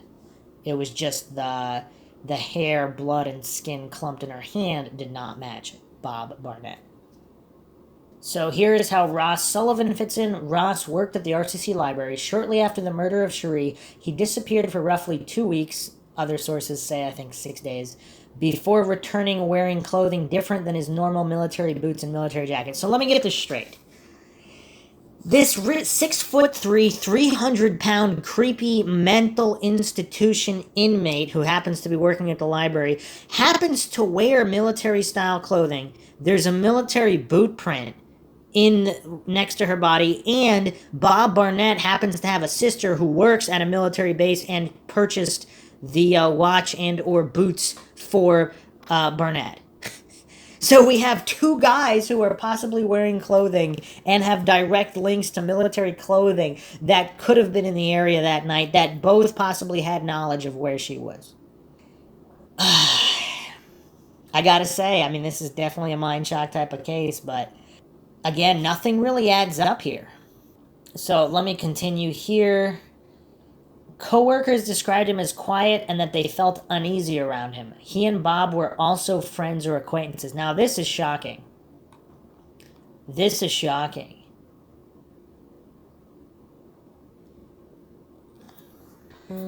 Okay, so Ross Sullivan, though, here's an interesting write-up on zodiackiller.fandom.com. I know I'm going all over the place, but this is curious. So Sullivan, he also kind of looks like the Zodiac with his hair and eyeglasses. But Sullivan was born in 1944, Syracuse, New York, to Harold and Harriet Sullivan. He later moved to Glendale, California, graduated from Glendale High School. In 1961, he attends Riverside City College, where he worked as a library assistant. Co-workers stated that Sullivan bragged about going to Patton State Mental Hospital. Sullivan died of a heart attack September 29, 1977, at the age of 36. He was cremated and his ashes were either given to a family member or a friend. I guess nobody knows. Evidence against Sullivan. He was closely linked to the non-canonical Zodiac victim, Sherry Jo Bates, 1966. He was working at the campus and made people feel uneasy around him. Did not show up for work after the Bates murder and acted rather suspiciously. It is also said that he always wore the same outfit. After the murder, he wore a completely new outfit. He doesn't just look familiar to the sketch, he looks exactly like it. Same vocabulary and writing style was used in the confession letter and the Zodiac letters. People at Riverside have stated that Ross wrote creepy poems. Huh. So was Ross the one that wrote the desk poem? Also, more information here. He wrote an essay on how to disguise handwriting. How many students were writing essays at RCC or at any colleges, specifically in 1966, about how, or in the early 60s, whatever, on how to disguise handwriting? That's an interesting topic. He moved to Santa Cruz in 1968. He died in 1977. In the decoding of 3040 CHIFFRE in December 2020, there is a strange erroneous code NOSRVS in the decoded text that could be intentionally introduced by him as some sort of obfuscated Ross Sullivan acronym. I mean, is that reaching? Is that stretching there? But if he's friends with Bob Barnett, that actually changes the dynamic quite a bit. So back to this Unsolved Mysteries write-up. It is highly possible Ross was aware of the situation between Bob and Cherie, or maybe he had an infatuation with Cherie himself. Whatever was his reasoning, I theorized that he accompanied Bob to the library, but wouldn't he already be there if he works there? Not necessarily if he doesn't work there at that time. There has been a theory that maybe Bob thought Cherie had reconsidered going back out with him, but wouldn't explain why he was so mad at the but that wouldn't explain why he was so mad at the basketball game. Or what time did that call at the basketball game come in? Did she go to a phone after her car wouldn't start, and did she call him then? But why would she call him then if there's other people in the library? But then again, nobody saw her leaving the library or at what time. I mean, none of it really adds up. He wanted her, so that would have made him happy. Maybe she said that she was transferring colleges or saying goodbye to him, thus his angry response. Either way, one of them disabled her car while the other kept lookout. I believe they worked together because it doesn't seem that Cherie knew Ross. So it would make more sense that Bob was there again because of her previous phone call. I think what happened next was Bob angrily confronted her, and probably was the one to physically attack her with his fists and feet. It has been reported that Cherie had been hit and kicked several times. Ross most likely egged him on for sport or motivation or personal gain. Bob must have been satisfied with the beating and backed off, and that's when Ross jumped in, stabbing her to death. Whether Bob knew that this would be Ross's response or not isn't clear. but it has been determined that Cherie had fought back during her attack.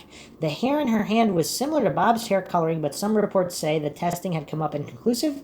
It is more likely she scratched Ross due to his abrupt disappearance from the college. I do not believe they ever tested his DNA.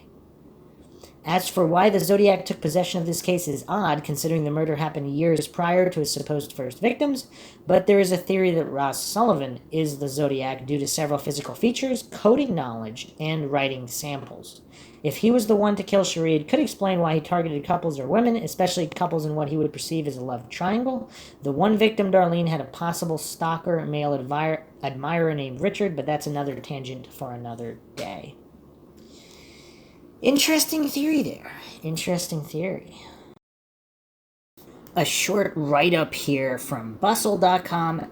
This news show thinks it can finally figure out who the Zodiac Killer is. This was written by Dana Getz, November 14th, 2017.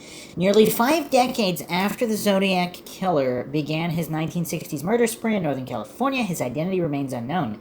But History Channel's new docuseries, The Hunt for the Zodiac Killer, examines a man the show's team believes could be a suspect, someone whose name has been circulated in online forums for years, but has rarely been covered by the mainstream press. So just who is Ross Sullivan? A quick Google search turns up dozens of blogs speculating about Sullivan's alleged involvement, but any information about him is sparse. He doesn't appear to have ever been charged in connection to the case, and if he was ever questioned by authorities, those details don't seem to be readily available. Though since the Zodiac murders are still technically an open investigation, it's unlikely that information would be made public. Although, as we went over in previous sources, it appears that he was questioned, but they didn't do DNA or anything of that nature. According to the History Channel's website, Sullivan was a student at Riverside City College during the 1966 murder of Sherry Jo Bates in Riverside, California, a killing that bore many similarities to those committed by the Zodiac. As detailed in The Hunt for the Zodiac Killer, Bates's killer stalked her, disabled her car, used a knife as a weapon, and left military boot prints at the crime scene, all details in line with the Zodiac's MO. Afterward, the press enterprise, then called the Daily Enterprise, received a typed letter titled The Confession. It described aspects of Bates' murder not yet released to the public, just as the Zodiac later taunted media with letters regarding his San Francisco victims. As noted by History series investigators, the first Zodiac message was not received until 1969, 3 years after Bates' death, so it's not possible that her killer could have been a Zodiac copycat. Analysts for the show also found linguistic matches between the Zodiac's letters and those sent by the Bates' killer. Both referred to murder as a game, misspelled Twitch as Twitch without the T, second T, and used the word squirm. That's as far from conclusive as you can get, though. Squirm isn't the most unpopular word in the realm of serial killers. Furthermore, the letter from Bates' murder was signed with a Z. That's a little bit more damning. If Bates was one of Zodiac's victims, it would mean his killings expanded 400 miles south and 2 years earlier than originally thought, and finding Bates' murderer could potentially hold the key to uncovering Zodiac's identity. At that point, he possibly wasn't an experienced killer, which could have made him more prone to slipping up and leaving behind crucial evidence. The Riverside Police Department has kept the name of their prime suspect in Bates' murder under wraps and did not immediately return Bustle's request for comment. But midway through the Hunt for the Zodiac Killer's premiere, the investigation turns to Sullivan. While at Riverside City College, he worked at the library where Bates was last seen, possibly, and after her death, employees reported that he disappeared for several days. A current staff member interviewed for the show described him as a quiet, unsocial man who made her feel uneasy and said that fellow employees had openly wondered if he was a suspect in Bates's case. She added that Sullivan almost always wore an army jacket and military-style boots, much like the footprints found at both Bates's murder scene and Zodiac's Lake Berryessa stabbings, and that when he returned to work, he was wearing an entirely new set of clothes. Although, to be fair, if there were certain details leaked, so to speak, he didn't want to be accused, so he could have switched up his look even if he was innocent and just covering all the variables now.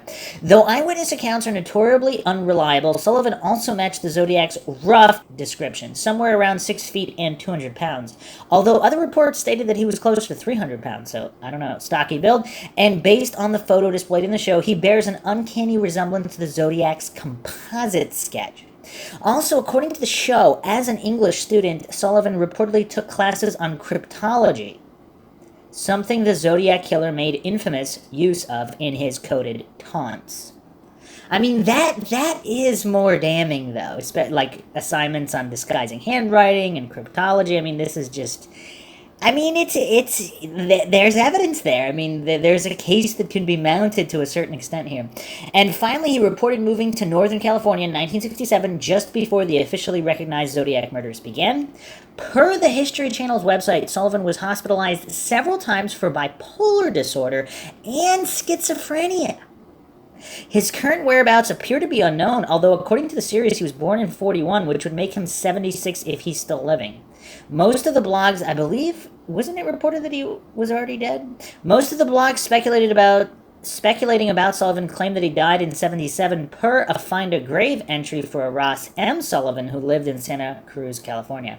Well, also, even Ross M. Sullivan, there's got to be more than one.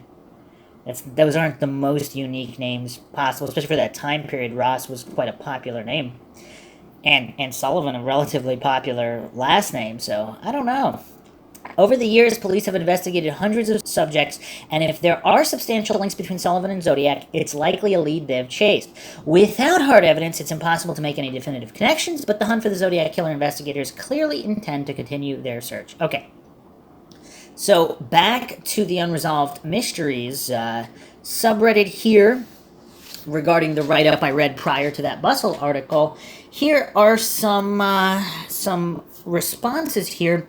Last Seen Hitchhiking wrote, "Thanks for the write-up. There's some good information about Bates and the case to be found here, linked to this, the story of the Zodiac Killer speaking.blogspot.com. And there is some more detailed information here than what we've already gone over, and some photos of the library. Wow. It actually...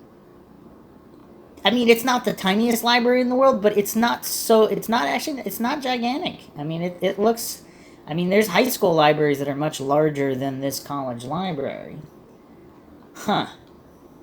Okay, unfortunately, much of the information about the case online has become enmeshed with Zodiac theories. Bates had become engaged to her boyfriend the weekend prior to the Sunday murder. I've wondered if this wasn't a botched abduction. Possibly someone who she was acquainted with who attempted to lure her down the driveway to his vehicle or offered her the use of a nearby phone. Bates may have used a payphone to call her coworker at 5:30 that evening, and 56 cents was found in her purse. Due to Bates's petite build, he might not have anticipated her putting up much of a struggle, and that she did so may in part explain the overkill against her. This may also tie into some sort of bladed knife, estimated around 3.5 inches long, more akin to a pocket knife that may have been routinely carried rather than a weapon specifically brought for the purpose of an attack. That's curious as well. We haven't seen that theory yet. That's very interesting, actually. Still, if there were two perpetrators, it almost seems that might be more likely. And again, just to reiterate, I mean, how uncanny is it? How coincidental is it that we have two possible connections to military boots through Bob Barnett's sister, who was at the base and might have bought him military-type clothing, and Sullivan as well? I mean, it's weird. Definitely weird. Gordy LaChance wrote, "Is there any evidence that Bob Bennett, or I think he's trying to say Bob Burnett, and Ross Sullivan even knew each other? Fusing two likely unrelated suspects into a super team might be interesting, but I don't think presents a very likely scenario." The response here by From the Ashes, I had seen an article that mentioned they possibly knew each other. Whether as friends or mere acquaintances is unsure. I suggested it because the case against Bob sounds convincing, but DNA seems to have cleared him. And the response here by Ox Baker, "To me, that seems like a stretch to make the evidence and crime fit. The DNA doesn't match, but I don't want to let go of him as a suspect. So there's this other suspect who was acting kind of creepy suspicious at the time. So if you team them together, ... But the thing is, if it fits, though, if it fits, I mean, if we're eliminating all possible scenarios and that's the only one left, I mean, I'm not saying the others were eliminated, but if, I mean, it'd be kind of illogical to disregard that on an appeal to incredulity logical fallacy. Whoa, we have a mind shock here. Kay Shapper responded with a comment here. Actually, Ross had likely met Cherie, as his brother married one of her best friends. Wow, just when you think, I mean, if this is true, again, I haven't seen corroboration of that, but this person's making a definitive statement here. So if that's true, well, he worked at the library, so most likely he did see her, especially looking at the images of the library here. It's not a gigantic library, like on one of these gigantic colleges. This is a small library. Some more recent takes on this from the Zodiac Killer subreddit, r/Zodiac Killer. BD Holland posted this pretty recently, the other month. I doubt that if Zodiac didn't murder Cherie Jo Bates, then what serial killer did? I doubt that the murder of Cherie Jo Bates could rein himself in if the content of the confession letter reflects true intent. So if the Zodiac didn't murder Cherie Jo Bates, then where is the serial killer and what crimes seem to link up with that pattern? I think this line of reasoning may give more weight to Cherie Jo Bates being a Zodiac crime, especially since he guessed correctly it would not be solved, and over 50 years later, appearing to be right. Some comments here. I can't presume Bates was a serial killer. It may have been a one-off or even a personal cause homicide. I wonder, I mean, again, it just seems too coincidental that she's having a fight with an ex, getting engaged, and just keeping FBI stats in mind. Most females met with foul play are met with foul play at the hands of someone known to them, usually an ex or significant other of some kind, and if not, then an acquaintance of some kind, or friend, someone known to them. It's just hard to shake that. It's really hard to shake that. A response here by BD Holland. How about Lake Berryessa as a much more evolved killer who has learned his lesson to subdue and tie up before attempting an attack with a knife? Shepard and Bates have very similar looks and the victimology lines up. The footwear print size is also consistent with the Zodiac, although I have to chime in here. Is there irrefutable evidence that that boot print was from the moment that Bates was being killed, and that footprint couldn't have been left there by any other individual at any time ever? I mean, even if it was from the same night, how does people know for sure that, I mean, especially if there were witnesses who saw people searching with flashlights for whatever reason, and then if there are workmen, if they're going in and out of those houses, I mean, who knows? I haven't seen irrefutable evidence that that footprint had to have been connected to Bates. I mean, maybe it was, maybe it wasn't. Also, did you notice how the Zodiac also misspelled the same words, twitch and squirm? Grumpchkin responded, I think one of the oddities here is that the Zodiac would have an inverted escalation of violence. Cherie Jo Bates was not just stabbed, but also received superficial cuts to arms and face, severely deep slashes to her throat, as well as being kicked in the head multiple times.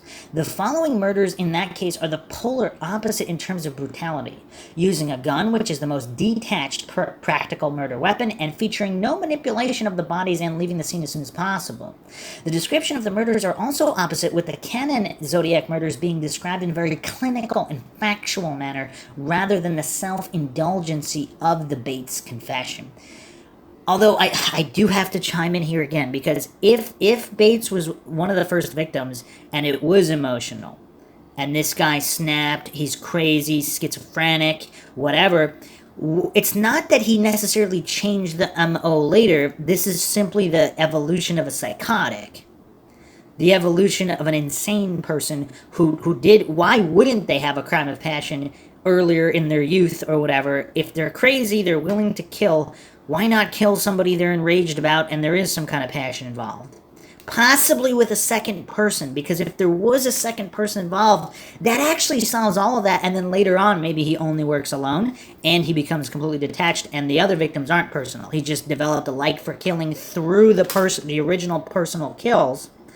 That got him a taste for killing, and then those other kills weren't personal, he just wanted to kill. But for these original ones, they might have been.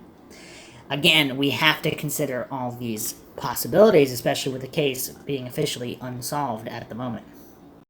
Also odd is that when he returns to the knife and has full control over the victims, he decides to do less damage rather than doing more, which is the conventional assumption for a killer evolving and having more power over someone.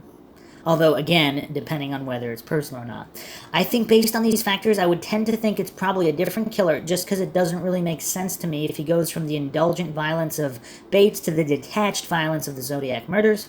I can't say it's impossible, of course, but it would require a fundamental change in killer behavior and motivation, or for him to have somehow either suppressed his desires when killing as a Zodiac, or having deliberately exaggerated with Bates in some long-term plan. Or just being unhinged. But of course, it does bring up the original question of who the hell killed Bates then. It may be possible that it was a personal and singular grudge against her, and the letter is meant to disguise this as a serial killer as a deflection, where the grudge would account for the brutality. But it's also probable that someone who engages in that kind of violence would desire to kill again. That's a good point, too. Let's say whoever killed Bates, if it is the Zodiac, and then he did come up with the scheme to disguise it as serial killer, but then he's crazy and he wants to kill again, so he thinks, why not become the serial killer that he made up to take the blame for Bates? Why not become that serial killer?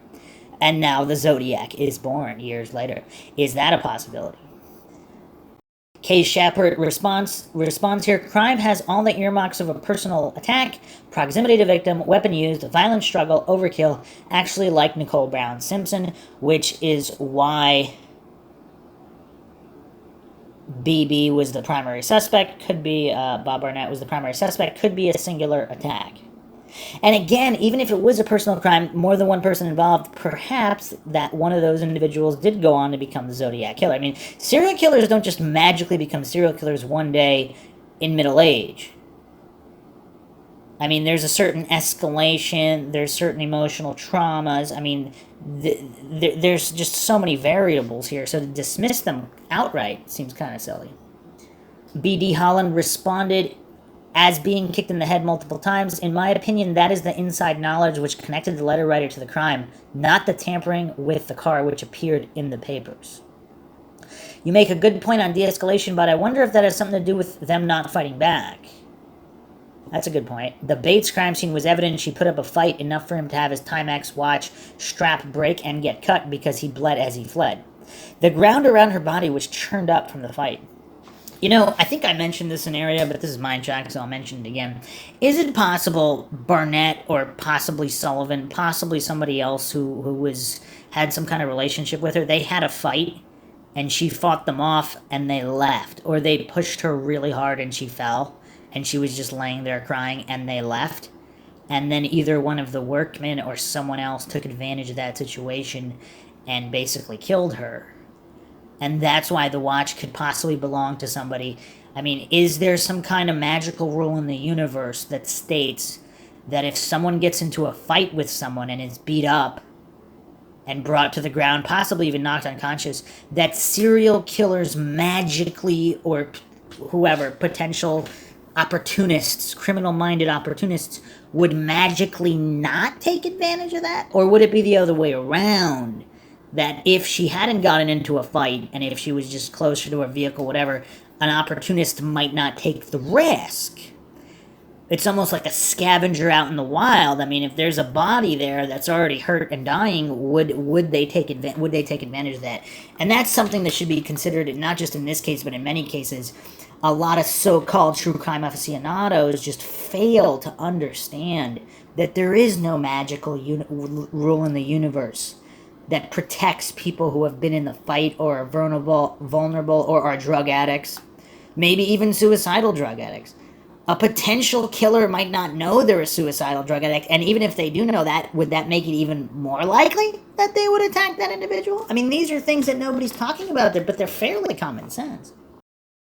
Another response here by Kaiser's Mulwood. Is it possible that Zodiac held a personal grudge against Bates? That would explain different methods and a weapon. This could be his first murder, and if people are right, Zodiac was an introverted coward, meaning maybe he switched to a gun after Bates attacked him. And that's a good point, too.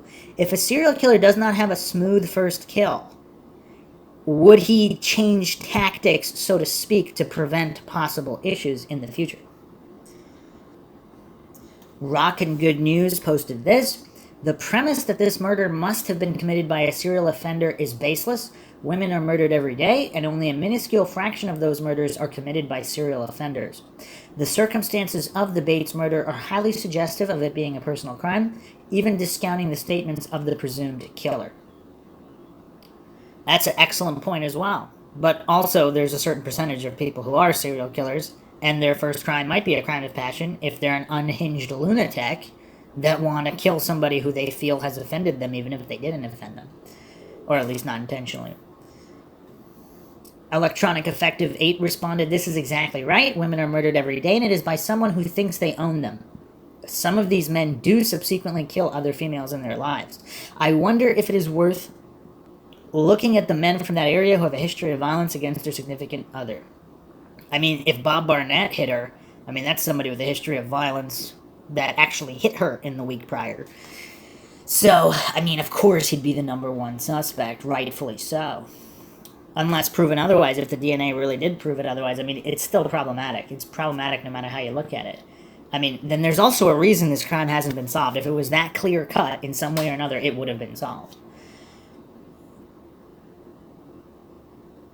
Another solid post here from B.D. Holland. "The funny thing is that the confession letter clearly states that he killed Bates because she brushed him off. So it would be a bit strange to include that he is connected to her in some personal fashion if he really knew her. I like John Douglas's take on this. He thinks she is a stranger to him because he is describing other strangers he might kill and then threatens society's daughters.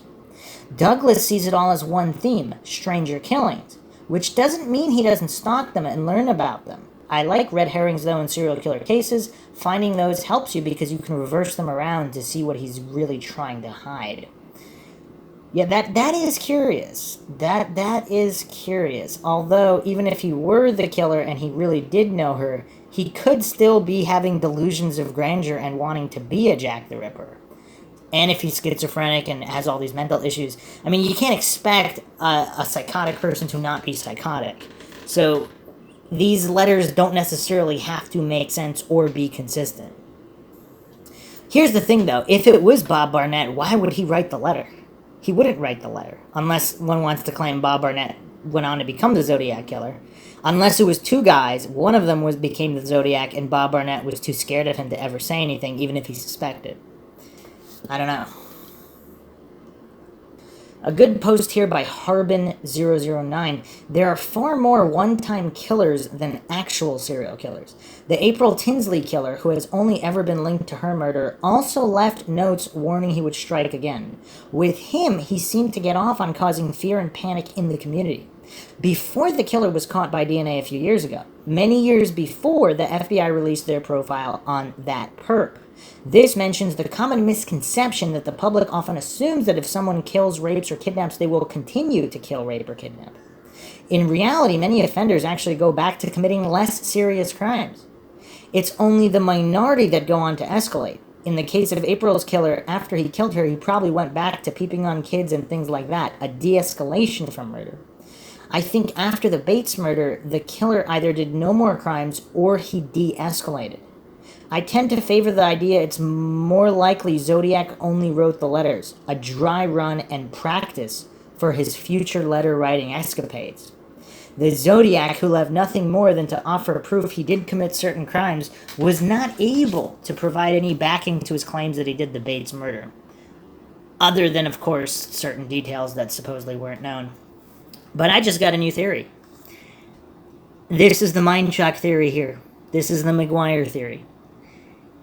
Zodiac was the guy that wrote that morbid poem on the desk. Maybe he wanted to kill Bates or somebody else, but he didn't, and he didn't know about it until after the fact.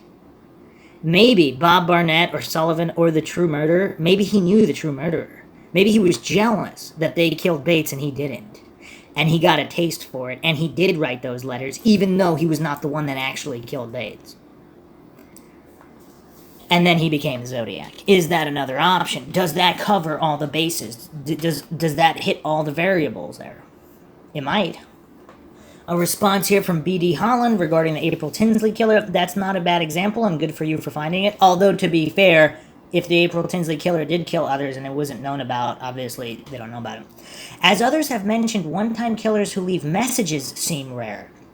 Communicating letter-writing killers within years of each other, 66 to 69, within 450 miles of each crime scene seems more constrained.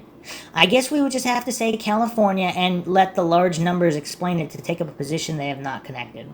I mean, that is an interesting point. I mean, communicating letter-writing killers in the same general vicinity of a state. I mean, obviously 450 miles is not super close, but it's not, across the country or anything like that. Huh. So I actually just found something else here. ZodiacKiller.com has a second Bates update. ZodiacKiller.com/BatesUpdate2.html. This was written by Tom Voigt, October 30th, 2003. The murder of Cherie Jo Bates. 37 years of questions, suspects, and DNA, but no answers yet. So he regards the DNA. So in 98, they took the DNA last year, so that would have been 2002. They learned Barnett's DNA did not match what was recovered from Cherie's hand. And I've already gone over the intricacies there. So Barnett speaks. This month, I was able to contact Barnett, who is again living overseas. It's also curious that he just decided to move overseas. I asked for his comments on the entire matter. While leery about saying anything that could potentially cause more of what he perceives to be negative attention from law enforcement, Barnett made these corrections to the information published at this website. To set the record straight, below are the truths that you need to know. I never hugged Cherie. I did not date Cherie weeks before her death. In fact, Cherie and I never dated once. I had my own steady girl in 1966, and I was very much attached. I never slapped anyone in public. I never had an argument in public. I don't know anything about Cherie having wedding plans. I never sobbed to anyone. So this is the response Tom Voigt got. I received this independent corroboration via email almost 2 years before Barnett's claim. It indicates Barnett was, in fact, involved in a steady relationship with someone else at the time Cherie was murdered. So this was November 25th, 2001. And someone wrote to Tom Voigt stating this: Tom, I did not want my name to appear on the website, so I'm sending you an email. It was my understanding that the person you refer to as Barnett was not dating Cherie at the time. He was dating Donna, a friend of Cherie's. The last time Barnett saw Cherie was that morning at a restaurant, and she was there with her father. Whoa, the plot thickens. So he was at the restaurant with her father the day of her murder, and someone is claiming at a basketball game that Cherie called him, and he was saying that expletive was at the library and left the basketball game. This is all very curious. This is all very, very curious. There is no doubt that the RPD has done an exhaustive job attempting to bring Cherie's killer to justice. The question is it focused on the wrong guy? A Barnett-Cherie dating scenario adds to an interesting circumstantial case against him. Without that scenario, however, the circumstantial case weakens. Add the fact that Barnett's DNA was a conclusive non-match, and it just may be time to look in a different direction to find answers. Huh. Here's the thing, though. Even if he had another girl who was a friend of Cherie's, does that make it more likely that he might have also been involved with Cherie? Are these other so-called reports all false? That he didn't hit her, he wasn't involved with her in any way, the basketball call. But by this other admission now, he did see her that morning at the restaurant with her dad. Obviously, Cherie's friends, Donna and other friends, would be able to clear all this up, and supposedly they told the police something. And actually, believe it or not, we are still not done with the Cherie Jo Bates case and how it might intertwine with the Zodiac case. Here's ZodiacCyphers.com. Crosshairs, the Inner Circle. This was posted August 11th, 2017, with a curious connection here on the origin of the Zodiac killer's crosshair target sign and how it might connect with the Cherie Jo Bates case. We're going to be going into conspiracy land in typical MINDSHOCK fashion, and I hope you're all sitting down for this because it's about to get even crazier. The unsolved murder of Sherry Jo Bates, October 30th, 1966, has now passed the half-century mark, and little in the way of new evidence seems forthcoming, despite a breakthrough in DNA evidence in 1999. However, the clues in this case may lie extremely close to home. I believe that 99 breakthrough was where they determined it was a Caucasian male that she had grasped blood, skin, hair in her hand. Her brother, Michael Bates, 1 year her senior, was convinced that Sherry Jo Bates was murdered by someone she knew. And of course, that is in line with FBI statistics. And the evidence appears to point that way, bearing in mind the specific targeting of her Volkswagen Beetle and the apparent knowledge of her whereabouts that evening. Michael stated to Inland Empire magazine, quote, "I've always felt that Sherry was killed by someone she knew. She would not have walked into a dark alley with a stranger," end quote. Sherry Jo Bates was afraid of the dark. Another curious comment there. Bearing those factors in mind, it could have been somebody connected to Riverside College, her inner circle, or someone who she knew loosely through her family members. Sherry Jo Bates was described as outgoing, friendly, and always prepared to help people in their time of need. Cherie Curzon recalled such an occasion, quote, "For me, the best part of our story was I was an underclass person who she wanted to help out. The people who were going to do the talent contest with me backed out, and she volunteered to be my partner. I will never forget her kindness. We had so much fun rehearsing and then performing. I loved her generosity and kindness towards me. She did it because of who she was, just a kind, wonderful person," end quote. This is an admirable quality, but was this kindness misconstrued by someone who ultimately fixated on Sherry Jo Bates? An interest that developed into a deadly obsession and possibly stoked by rejection. This would certainly be nothing new. Whether or not this crime was committed by the Zodiac Killer has literally raged for as long as the crime itself. The Zodiac Killer would effectively lay claim to the Sherry Jo Bates murder on March 13th, 1971, in a letter mailed to the Los Angeles Times.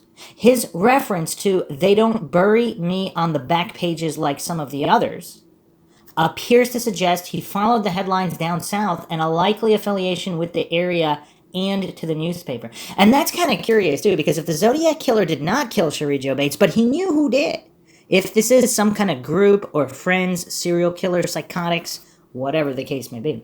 The Department of Justice report described the heel prints at the Sherry Jo Bates crime scene as, quote, "those worn by Air Force personnel," and was identified as a B.F. Goodrich waffle design men's 4/8 inch washer type half heel.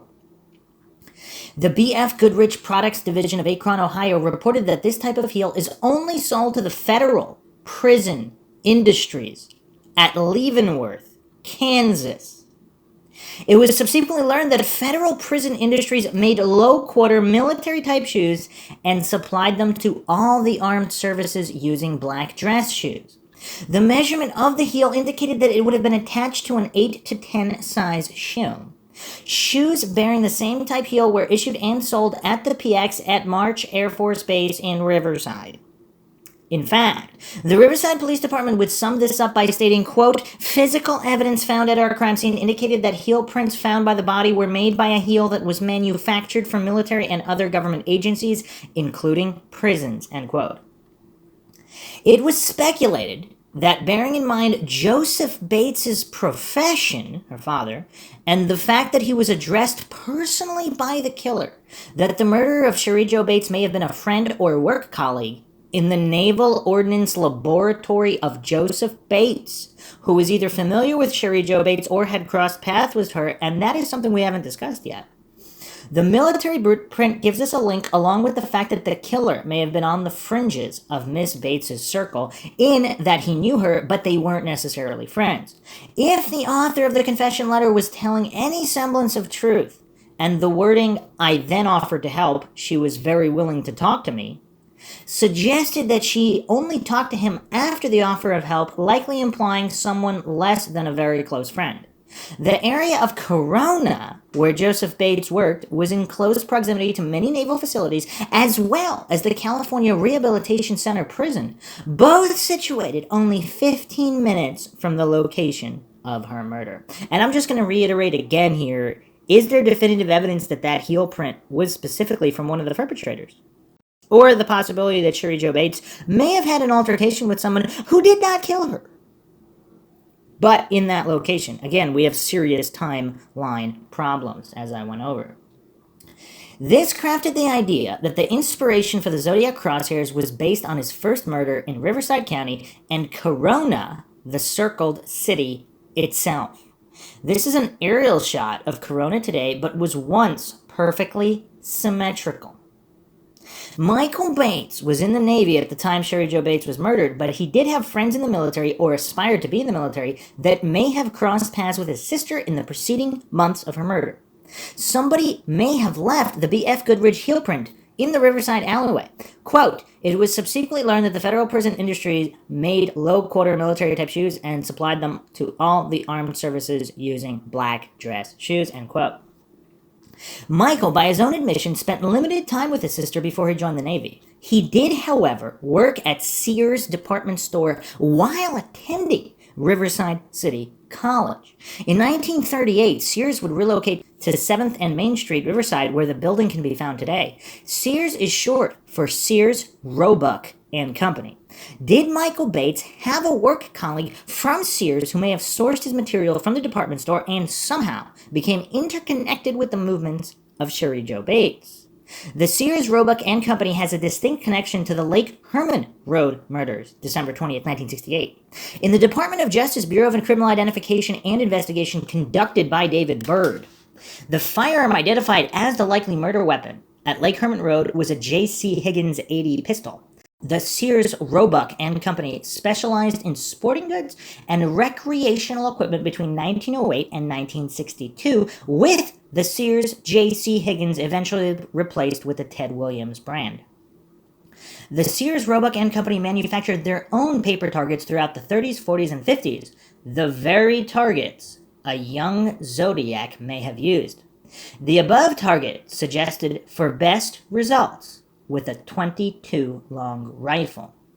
Whether or not the Sherry Jo Bates murder on October 30th, 1966, or the Lake Herman Road murders of December 20th, 1968, were the Zodiac killers first, the crosshairs loomed large over both. Interesting. I mean, that might be a reach with Corona. I mean, then again, maybe not. I don't know. Again, we're dealing with some sick individuals here with sick minds that may draw inspiration from literally anything. So is this the thing? I mean, again, without knowing, how are we supposed to know? This is MINDSHOCK, of course. The only thing we know for sure is that we don't know anything for sure. Few comments here. If we consider Sherry Jo Bates being murdered by somebody relatively close to her or somebody who knew her just by sheer numbers, her Riverside City College fellow students would be top of the list. The Bates letters used the same size paper that the Riverside Library photocopying machine took. The cropped confession letter indicated concealment of the identification of the paper. If not college paper, then something that could potentially link the source. The Riverside desktop writing, if Zodiac or the killer, may indicate further affiliation to the college or library. The personalized letters to the Chief of Police, Riverside Enterprise, and Joseph Bates is telling. The Goodrich boot impression, bearing in mind the naval bases in the area, could indicate the killer worked locally, if not the author of the letters and desktop poem. The confession letter and Bates' letters 5 months apart could equally suggest a local connection. Tie all this to the specific targeting of the beetle and the apparent knowledge of her movements on October 30th, 1966, it certainly appears like the Riverside College and Navy could both play a part. Michael Bates was a student at the Riverside College, then he joined the Navy. If Michael had a friend who followed in his footsteps or vice versa, then his friend may have become loosely acquainted with Sherry Jo Bates. Fingerprints taken from all present students at the college would not have eliminated him, as he may have left the college the previous year or so, but still had familiarity and access to it. I cannot believe for a minute the person or persons responsible for the crime is a complete stranger. It seems extremely personal to me, and I've seen enough Joe Kendas. Another post here. The profile of a connected but not too connected Riverside attacker explains both the personal nature of the crime and the criminal's confidence. I too think that is correct. I still don't understand the killer's evident confidence that the VW print wouldn't get back to him. Maybe he was wearing airplane glue. If Zodiac was responsible, or even just knowledgeable and inspired enough to emulate the approach, it sends me back down the rabbit hole of considering that Zodiac knew at least some of his victims and sent their families taunting, breathy phone calls. I think Zodiac was a man on the move, at least on weekends, and may have been more social than generally believed. With the canonical Zodiac victims, we can see that Zodiac is learning from past mistakes. The explicit connection the Riverside killer drew between the victim and himself may have seemed like a risk he didn't want to incur after deciding to go on a killing spree as Zodiac. Sandy Betts has a theory that Zodiac worked construction, and I think Howard Davis has similar thoughts regarding Riverside. I have been intrigued by this in connection to the 4 workmen in work shirts who saw Sherry Jo Bates buy her Volkswagen. From your discussion with Ray on those guys, I am guessing that nothing more has been learned about them. I have a rather silly postscript theory here. To consider linking the desktop poem, if you flip the bottom end portion of the H and creatively shimmy it up a bit, it would look kind of like the Bates symbol. Other posts here. It is possible the fingerprints retrieved from the Volkswagen are not the killer's. Who else had contact with her engine in the recent days or weeks prior to her murder who may have deposited those fingerprints? The hair sample at the base of Cherie's right thumb or any fingernail scrapings are a different matter, mind. The Farron phone calls are one of the more mysterious elements of the case. If it was the Zodiac, then it would appear he has intimate knowledge of the family. The police seemingly didn't follow through on this avenue investigation nearly enough because the proximity of those 3 phone calls just 50 minutes after the 12:40 a.m. call to Nancy Slover seems less than coincidence. If the Zodiac killer shot Darlene Farron, then made these 3 phone calls just 90 minutes later, this would obviously indicate he knew the identity of Darlene Farron prior to the murder or where her family lived. When Zodiac made the first Blue Rock Springs phone call and the Napa call, he wasn't shy in owning up to both crimes. Here, however, in the 3 calls, he was noticeably shy in speaking. Did he fear that Dean Farron, his parents and brother, would recognize his voice, so he only breathed down the phone? The alternative is that these 3 calls are just pure coincidence. But could Darlene have been targeted specifically? If she was chosen, it certainly doesn't mean all the other victims were. The Zodiac wouldn't be the first serial killer to murder someone that he knows, as well as strangers. And that's a good point, too, because a lot of people, particularly so-called true crime aficionados, they want to dogmatically stick to these black and white logical fallacies. It certainly is an avenue that is worthy of investigation. That would be 4 phone calls within 90 minutes of the crime. Does this suggest someone who lives locally? And where were the 3 calls made from?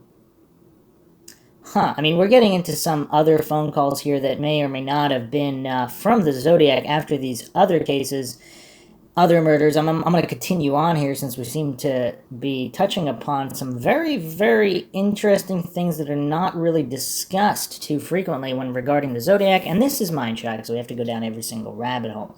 This is a forum post by Wells Chappie. I am starting this thread because this issue is one that seems to get overlooked more often than not. I realize that this may be due in part to the source of this claim being the Yellow Book, but as far as I've been able to determine, there is a police report that states these calls were made. So based on this, let's look at the events of that night and what the calls could mean and reasonable assumption one can make regarding them. We all know that Darlene Farron and Mike McGow were shot at Blue Rock Springs July 4th, 1969. Darlene succumbed to her injuries and Mike, despite being shot several times, survived. On the night itself, we know that in the early hours of July 5th, approximately 12:40 a.m., the Zodiac phoned police to alert them to his handiwork. The call was traced and was found to have been made from a payphone roughly 500 yards from Darlene's home. But around 90 minutes after the shooting, Darlene's husband received an anonymous phone call from someone who did not say anything, but was simply breathing down the phone. Dean's parents, Mr. and Mrs. Arthur Farron, also reported that they had received the same type of call that night. These calls were made an hour and a half after the incident, which means that no press had yet reported the story, so whoever made the calls was not doing so as a prank in reaction to reading about Darlene's death. For some unknown reasons, police do not consider these calls to be suspicious. Dean Farron stated that police had expressed no interest in the source of these calls. Several years later, Leo, Darlene's younger brother, said he made these calls because he was looking to buy weed and thought his sister could help. What? This doesn't make sense in my opinion. Why would he phone looking for Darlene to help him score some weed and not say anything and breathe into the phone? Surely he would have just said, "Hi, Dean, could I speak to my sister, please?" And if he made the calls, why one to Dean's parents to once again say nothing and breathe down the phone? If the calls were placed by Darlene's killer, this would seem to imply that he knew Darlene, or more specifically, Dean and Dean's family. The theory that Darlene was somehow involved in drugs has also been already on this site, so I'll be brief and keep this to a paragraph. If Darlene knew her killer, then it's fairly safe to assume that he did not happen upon her at BRS Park, but rather she had arranged to meet him there to purchase weed. Mike made reference to Darlene flashing the headlights at one point, and if this is true, who was she signaling and why? This may also help to explain McGow changing his story and claiming the shooter followed them from his house all the way to BRS. McGow may have been concerned that if the killer's identity was found out and it was realized that the shooter knew Darlene, then everyone would ask, how did the murderer know that Mike and Darlene were at BRS Park that night? So he may have invented the chase scenario as a cover to hide this. The fact that he knew full well that he and Darlene had arranged to meet the murderer there to purchase drugs. Let's not forget, David Faraday and Betty Lou were shot and killed on December 20th, 1968 at an isolated spot on Lake Herman Road. Were they also waiting to meet someone? On that very same night, a drug bust was being carried out on a residence on Lake Herman Road. Did someone suspect Faraday and Jensen had set them up and retaliate? If these phone calls were made by the killer that night, then this is the single biggest and most overlooked clue to who may have shot and killed Darlene. And these are some excellent points, some mind-shocking revelations on what may or may not have occurred. I mean, this theory, I don't know how much it has been pursued, but if there are connections across the board here to some kind of drug dealers, that would be curious. Some more posts here. BRS police report. This was just a very short piece. This was just a very short space of time, a few minutes. Shortly after this, and about 5 minutes before the shooting occurred, Michael states a vehicle pulled into the lot coming from the direction of Springs Road in Vallejo. The driver turned the lights off on the car and pulled around to the left or east of their car, approximately 6 or 8 feet away, and sat there for a minute.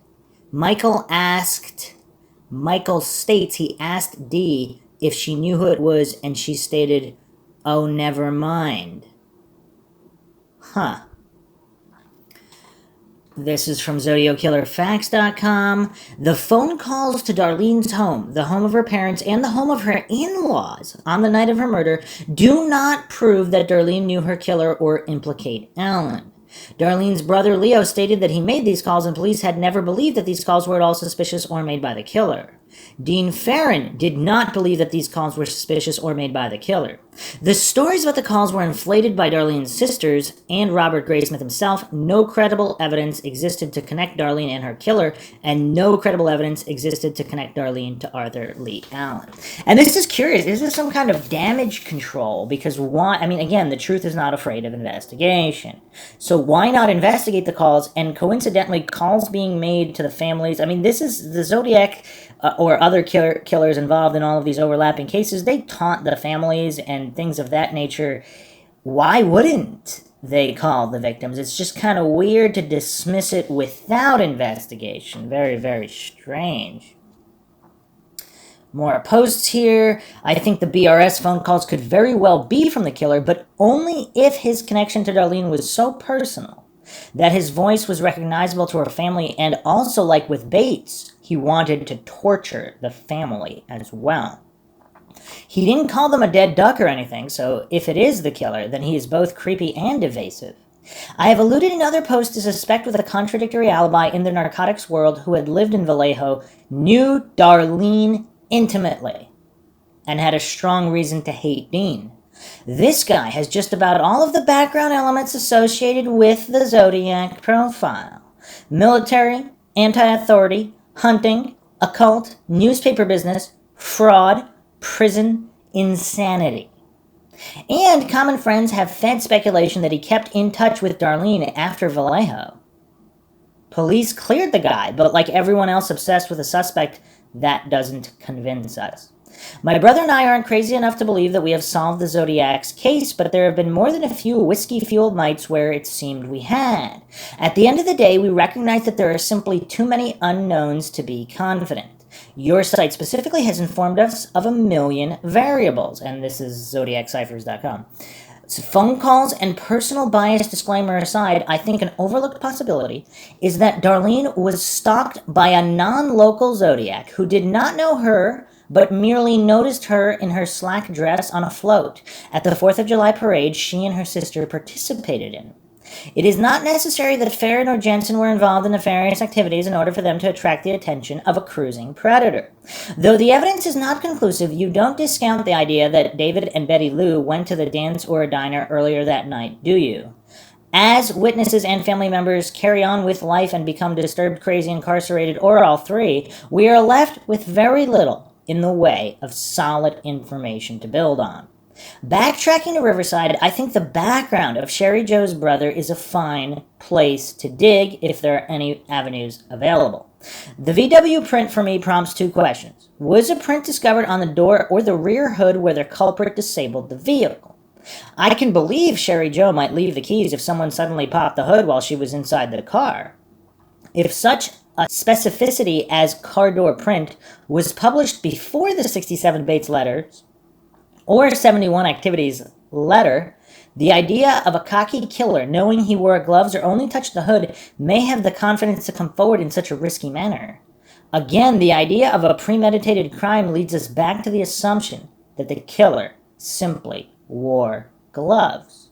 The most frustrating aspect of the Zodiac case is that we don't know at all for sure that he was responsible for anything beyond the canon, but if just one of the outlier crimes like Riverside or Hood and Garcia could be connected, it would be impossible to ignore the rest. He clearly would be the prolific murderer researchers fantasize about rather than just the attention seeker we assume he was. Another post here. I knew about the greasy prints on the hood of the Volkswagen, but the prints on the door detailed in the Chicago Tribune I presume could have come from anybody, if indeed we can wholly rely on newspaper accounts. The phone call after BRS could be taken as an attack on Dean personally, but it seems a virtually silent call was not much of anything, according to Dean, who himself didn't actually believe they were suspicious or the killer. I mean, what would make him think that one way or the other, though? It's kind of weird. I tend to agree with Michael Butterfield on this one in that many of the subsequent accounts by family members were blown out of proportion. We have seen this throughout the last 50 years from several eyewitnesses and police officers. If these calls happened as they did, then it's food for thought, but can we totally rely on these accounts with family members so personally involved, likely coming from the standpoint Darlene Ferrin was stalked and therefore specifically targeted? Family members are intrinsically biased, and we don't know the exact nature or accuracy of the timing of these calls. You and I have seen countless murder documentaries where the evidence is overwhelmingly pointing towards guilt. It's literally 99.9%. But the family members of the guilty have a completely different narrative and equally overwhelmingly believe their family member is innocent, dismissing evidence, DNA, and just about everything else. That is why you effectively dismiss anything they have got to say. It's understandable they don't want to believe it, but it's irrelevant to the case because the family members in this case are the ones reporting the phone calls. I tend to be cautious in taking everything they say at face value. Michael Butterfield stated that nobody mentioned the stalking of Darlene at the time of the murder. This came as an afterthought helped on its way by Robert Graysmith. So probably unfairly, I have never previously delved too deeply into these phone calls for that reason, but I fully understand that people may disagree with this cautious or negative approach. Alright, so yeah, there's obviously a lot that's unknown here. Okay, we have to go really, really into mind shock land now for some details that I don't know if most people are aware of in relation to the Sherry Joe Bates case. And yeah, let's continue going down this rabbit hole that just keeps going deeper and deeper. Also from ZodiacCiphers.com, this was posted June 6th, 2014, the eve of All Hallows. The murder of Sherry Joe Bates on October 30th, 1966 has split the Zodiac community down the center when it comes to placing the crime alongside the 5 confirmed murders of the Zodiac Killer, widely believed to have started with the Lake Herman Road double murder of David Faraday and Betty Lou Jensen just over 2 years later on December 20th, 1968. Sherry Joe Bates was believed to have been lured to her death after the killer or killers had sabotaged her car outside the Riverside City College library, suggesting she was specifically targeted. But it was the sheer ferocity of the attack with a short-bladed instrument that has led some away from the idea that this was the work of the Zodiac Killer. The very nature of this despicable murder has been labeled as a crime of passion, a phrase that has always left an uncomfortable taste in the mouth, bearing in mind the brutality and callousness of the attack, with passion having no place anywhere near this crime. One of the more recent detectives charged with the Sherry Joe Bates case was Steve Shumway of the Riverside Police Department. He does not believe in a link to the Zodiac murders, as many from the Riverside Task Force before him, despite the confession letter, Bates letters, and Riverside desktop poem. And again, wouldn't he have to be more of an expert in the Zodiac case to really make that determination? This crime had the hallmarks of a personal nature in what appeared to have been led at least 200 yards into a driveway between 2 vacant properties belonging to the school. The suggestion being that she knew or trusted the person enough that no harm would come to her. However, due to the complete absence of any eyewitness on that fateful night, only conjecture remains. We are now approaching the 48th anniversary of the Sherry Joe Bates murder, and the family and friends of Sherry Joe Bates deserve an answer. Several likely suspects have been ruled out down the years, but there is still hope that a resolution can be found with viable DNA, albeit mitochondrial, having been retrieved from the scene of the crime in this case. Recently, I was contacted by someone called Ace, who was reaching out for help with a discovery he had made in August or September of 2006. A Riverside City College tablet from 1966 to 1967 with the name of Sherry Bates at the top and a fingernail and hair embedded in the cover. He stated that he has tried to contact the RCC Alum Association to verify if his discovery has any significance, thereby helping to move the case forward in any way. Despite his efforts, he has so far failed to initiate a response from the relevant authorities. These are a representation of Ace's words. Unaware of the Zodiac case at the time, and not a resident of California, he, in 2006, found an old clear satchel with white piping, inside of which was contained a green-blue math school book with an interior square window of chartreuse orange-red with a maths problem at the center. The satchel also held a light pearl blue colored coin purse with a gold frame holding a few nickel and dimes, as well as tissues that had basically turned to lint, along with a faded ID card. The satchel also held a heavy gold-plated 3-rope necklace with a unique clasp and a gold hair barrette, as well as a terry cloth navy aqua-colored headband with a dried blood stain. The first 15 pages of the tablet contained homework, mostly graded. Each page had a large paragraph with a diagram beneath the problem question. The owner of the tablet had also apparently scribed the lines for the printing themselves. He is reluctant to divulge the exact location of his find, as he believes the satchel may have been placed there only hours or even minutes before he discovered it, and the person may still have been in the vicinity. He viewed its contents for 5 to 7 minutes before he put them back as he found them and departed the scene. The site location is somewhere along the Blue River Parkway in South Kansas City. Huh. Blue River Parkway is located approximately 1,600 miles from Riverside County. He has supplied me with a crude sketch of the tablet and is now recruiting the assistance of an artist to create a better representation or likeness.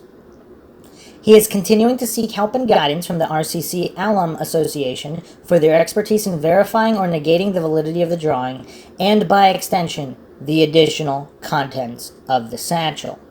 The Sherry Jo Bates case seems the most likely of all the unsolved cases linked to the Zodiac killer to possibly reach a conclusion, as the killer may have been known to the victim. Let us hope the answer is not far away. Also contained within the satchel were the following items, claimed to be from the taxicab of Paul Stein. In the image below, Ace has created a representation of the said items and outlined some small changes. I found it easier and a better likeness to do it this way. If you swap a smaller rectangular 912 tag for the one I used, and the yellow cab company print was not ink but a yellow and burn orange paint, as it was raised off the card stock in the bell shape as shown, the copper key was a brass one. The black one was a silver tarnish, in my opinion, and the aluminum key. I remember the Minnesota Street. The serial number is just representative of how it was. Stein's wallet was there too, with CDL picture license. Wow. Okay, so the allegations here are that there is an individual who believes that he found some kind of a bag with both Sherry Jo Bates' items as well as Paul Stein's items. Now, what does this mean? Would that prove a link between the two cases or not necessarily? If the Zodiac killer is actually a group of individuals, perhaps they are not responsible, or they're responsible for different crimes, and if they're working together, they might mix evidence to make it look like there's one killer and responsible for all of these. I mean, this is truly mind-shocking.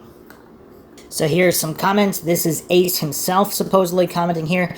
I am the one that found the tablet.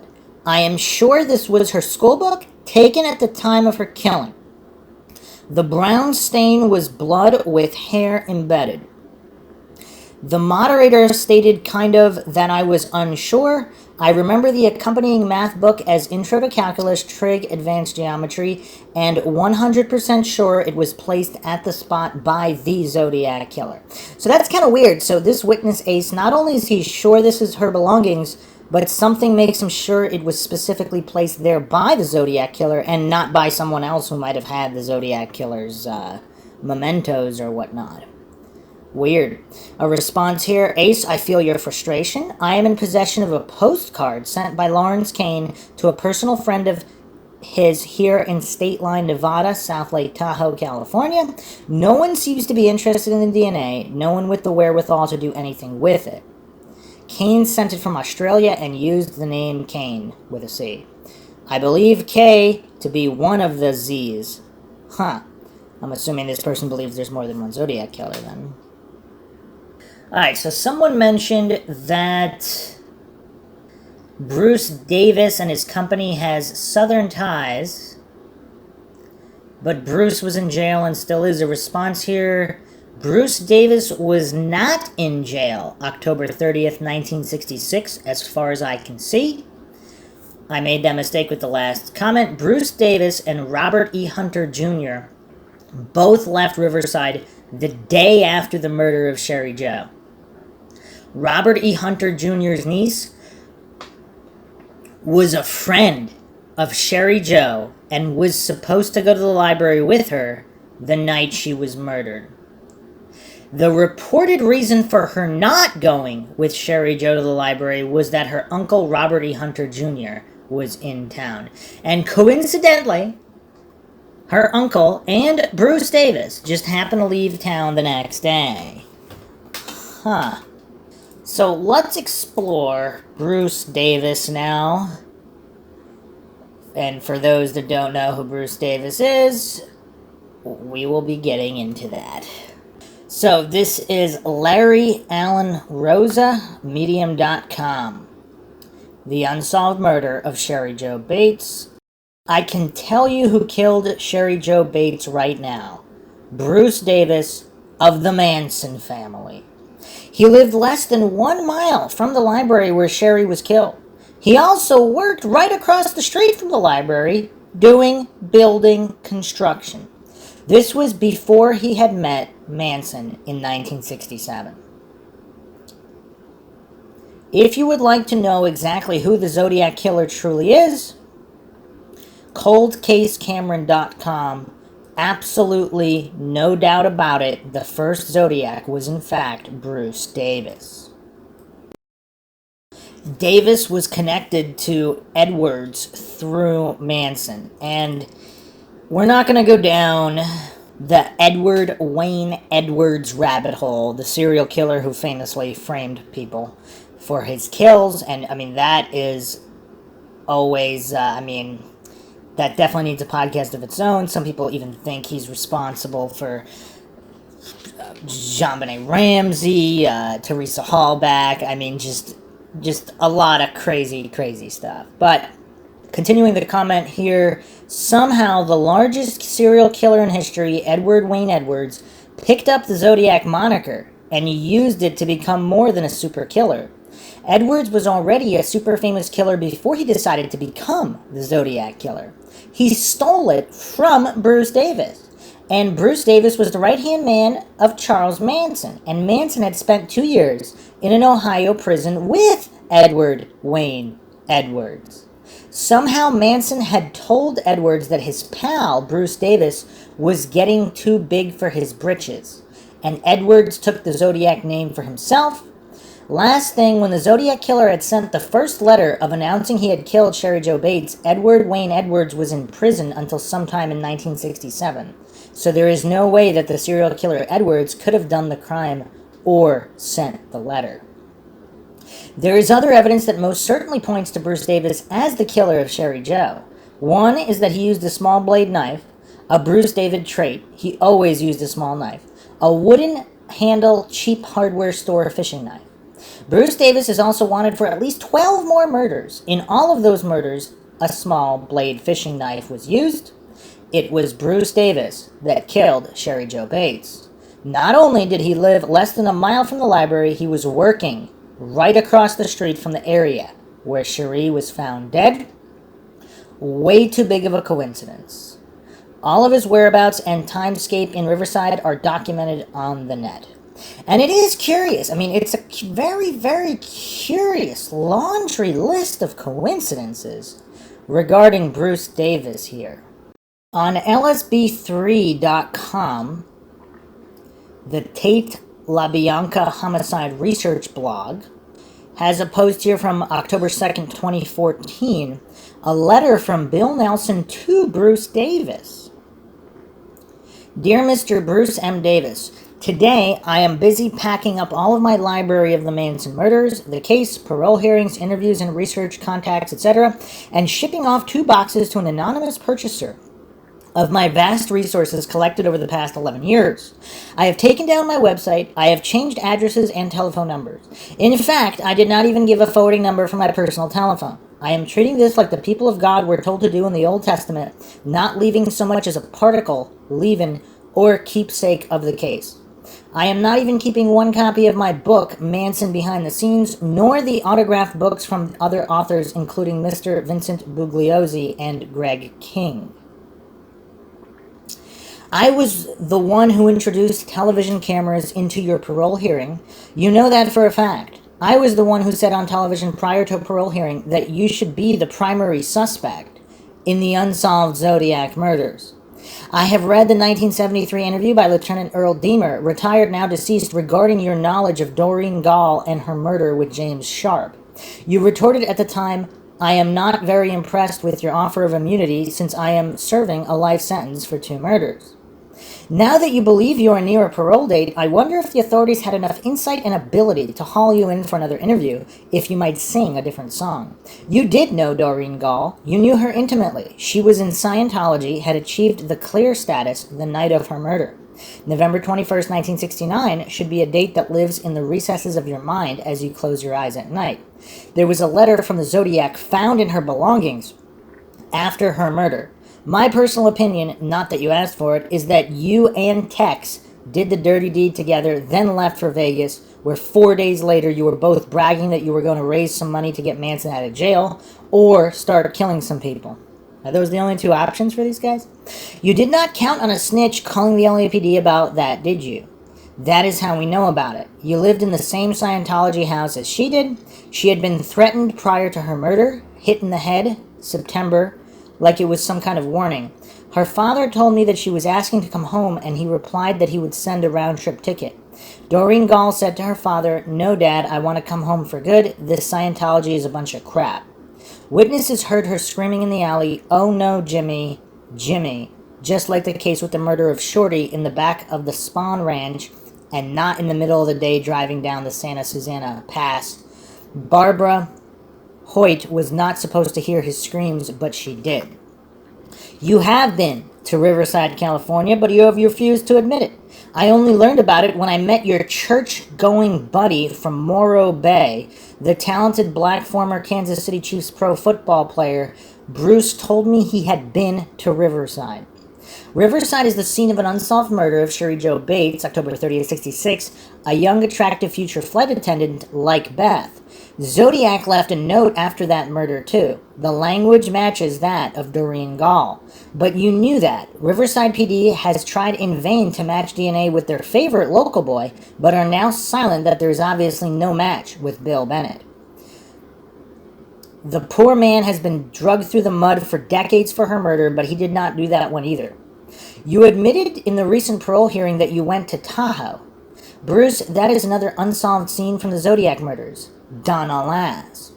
The sister of Darlene Ferrin has identified you as the man seated in the white four-door sedan in Vallejo, California, that July 4th, 1969 night at Terry's restaurant.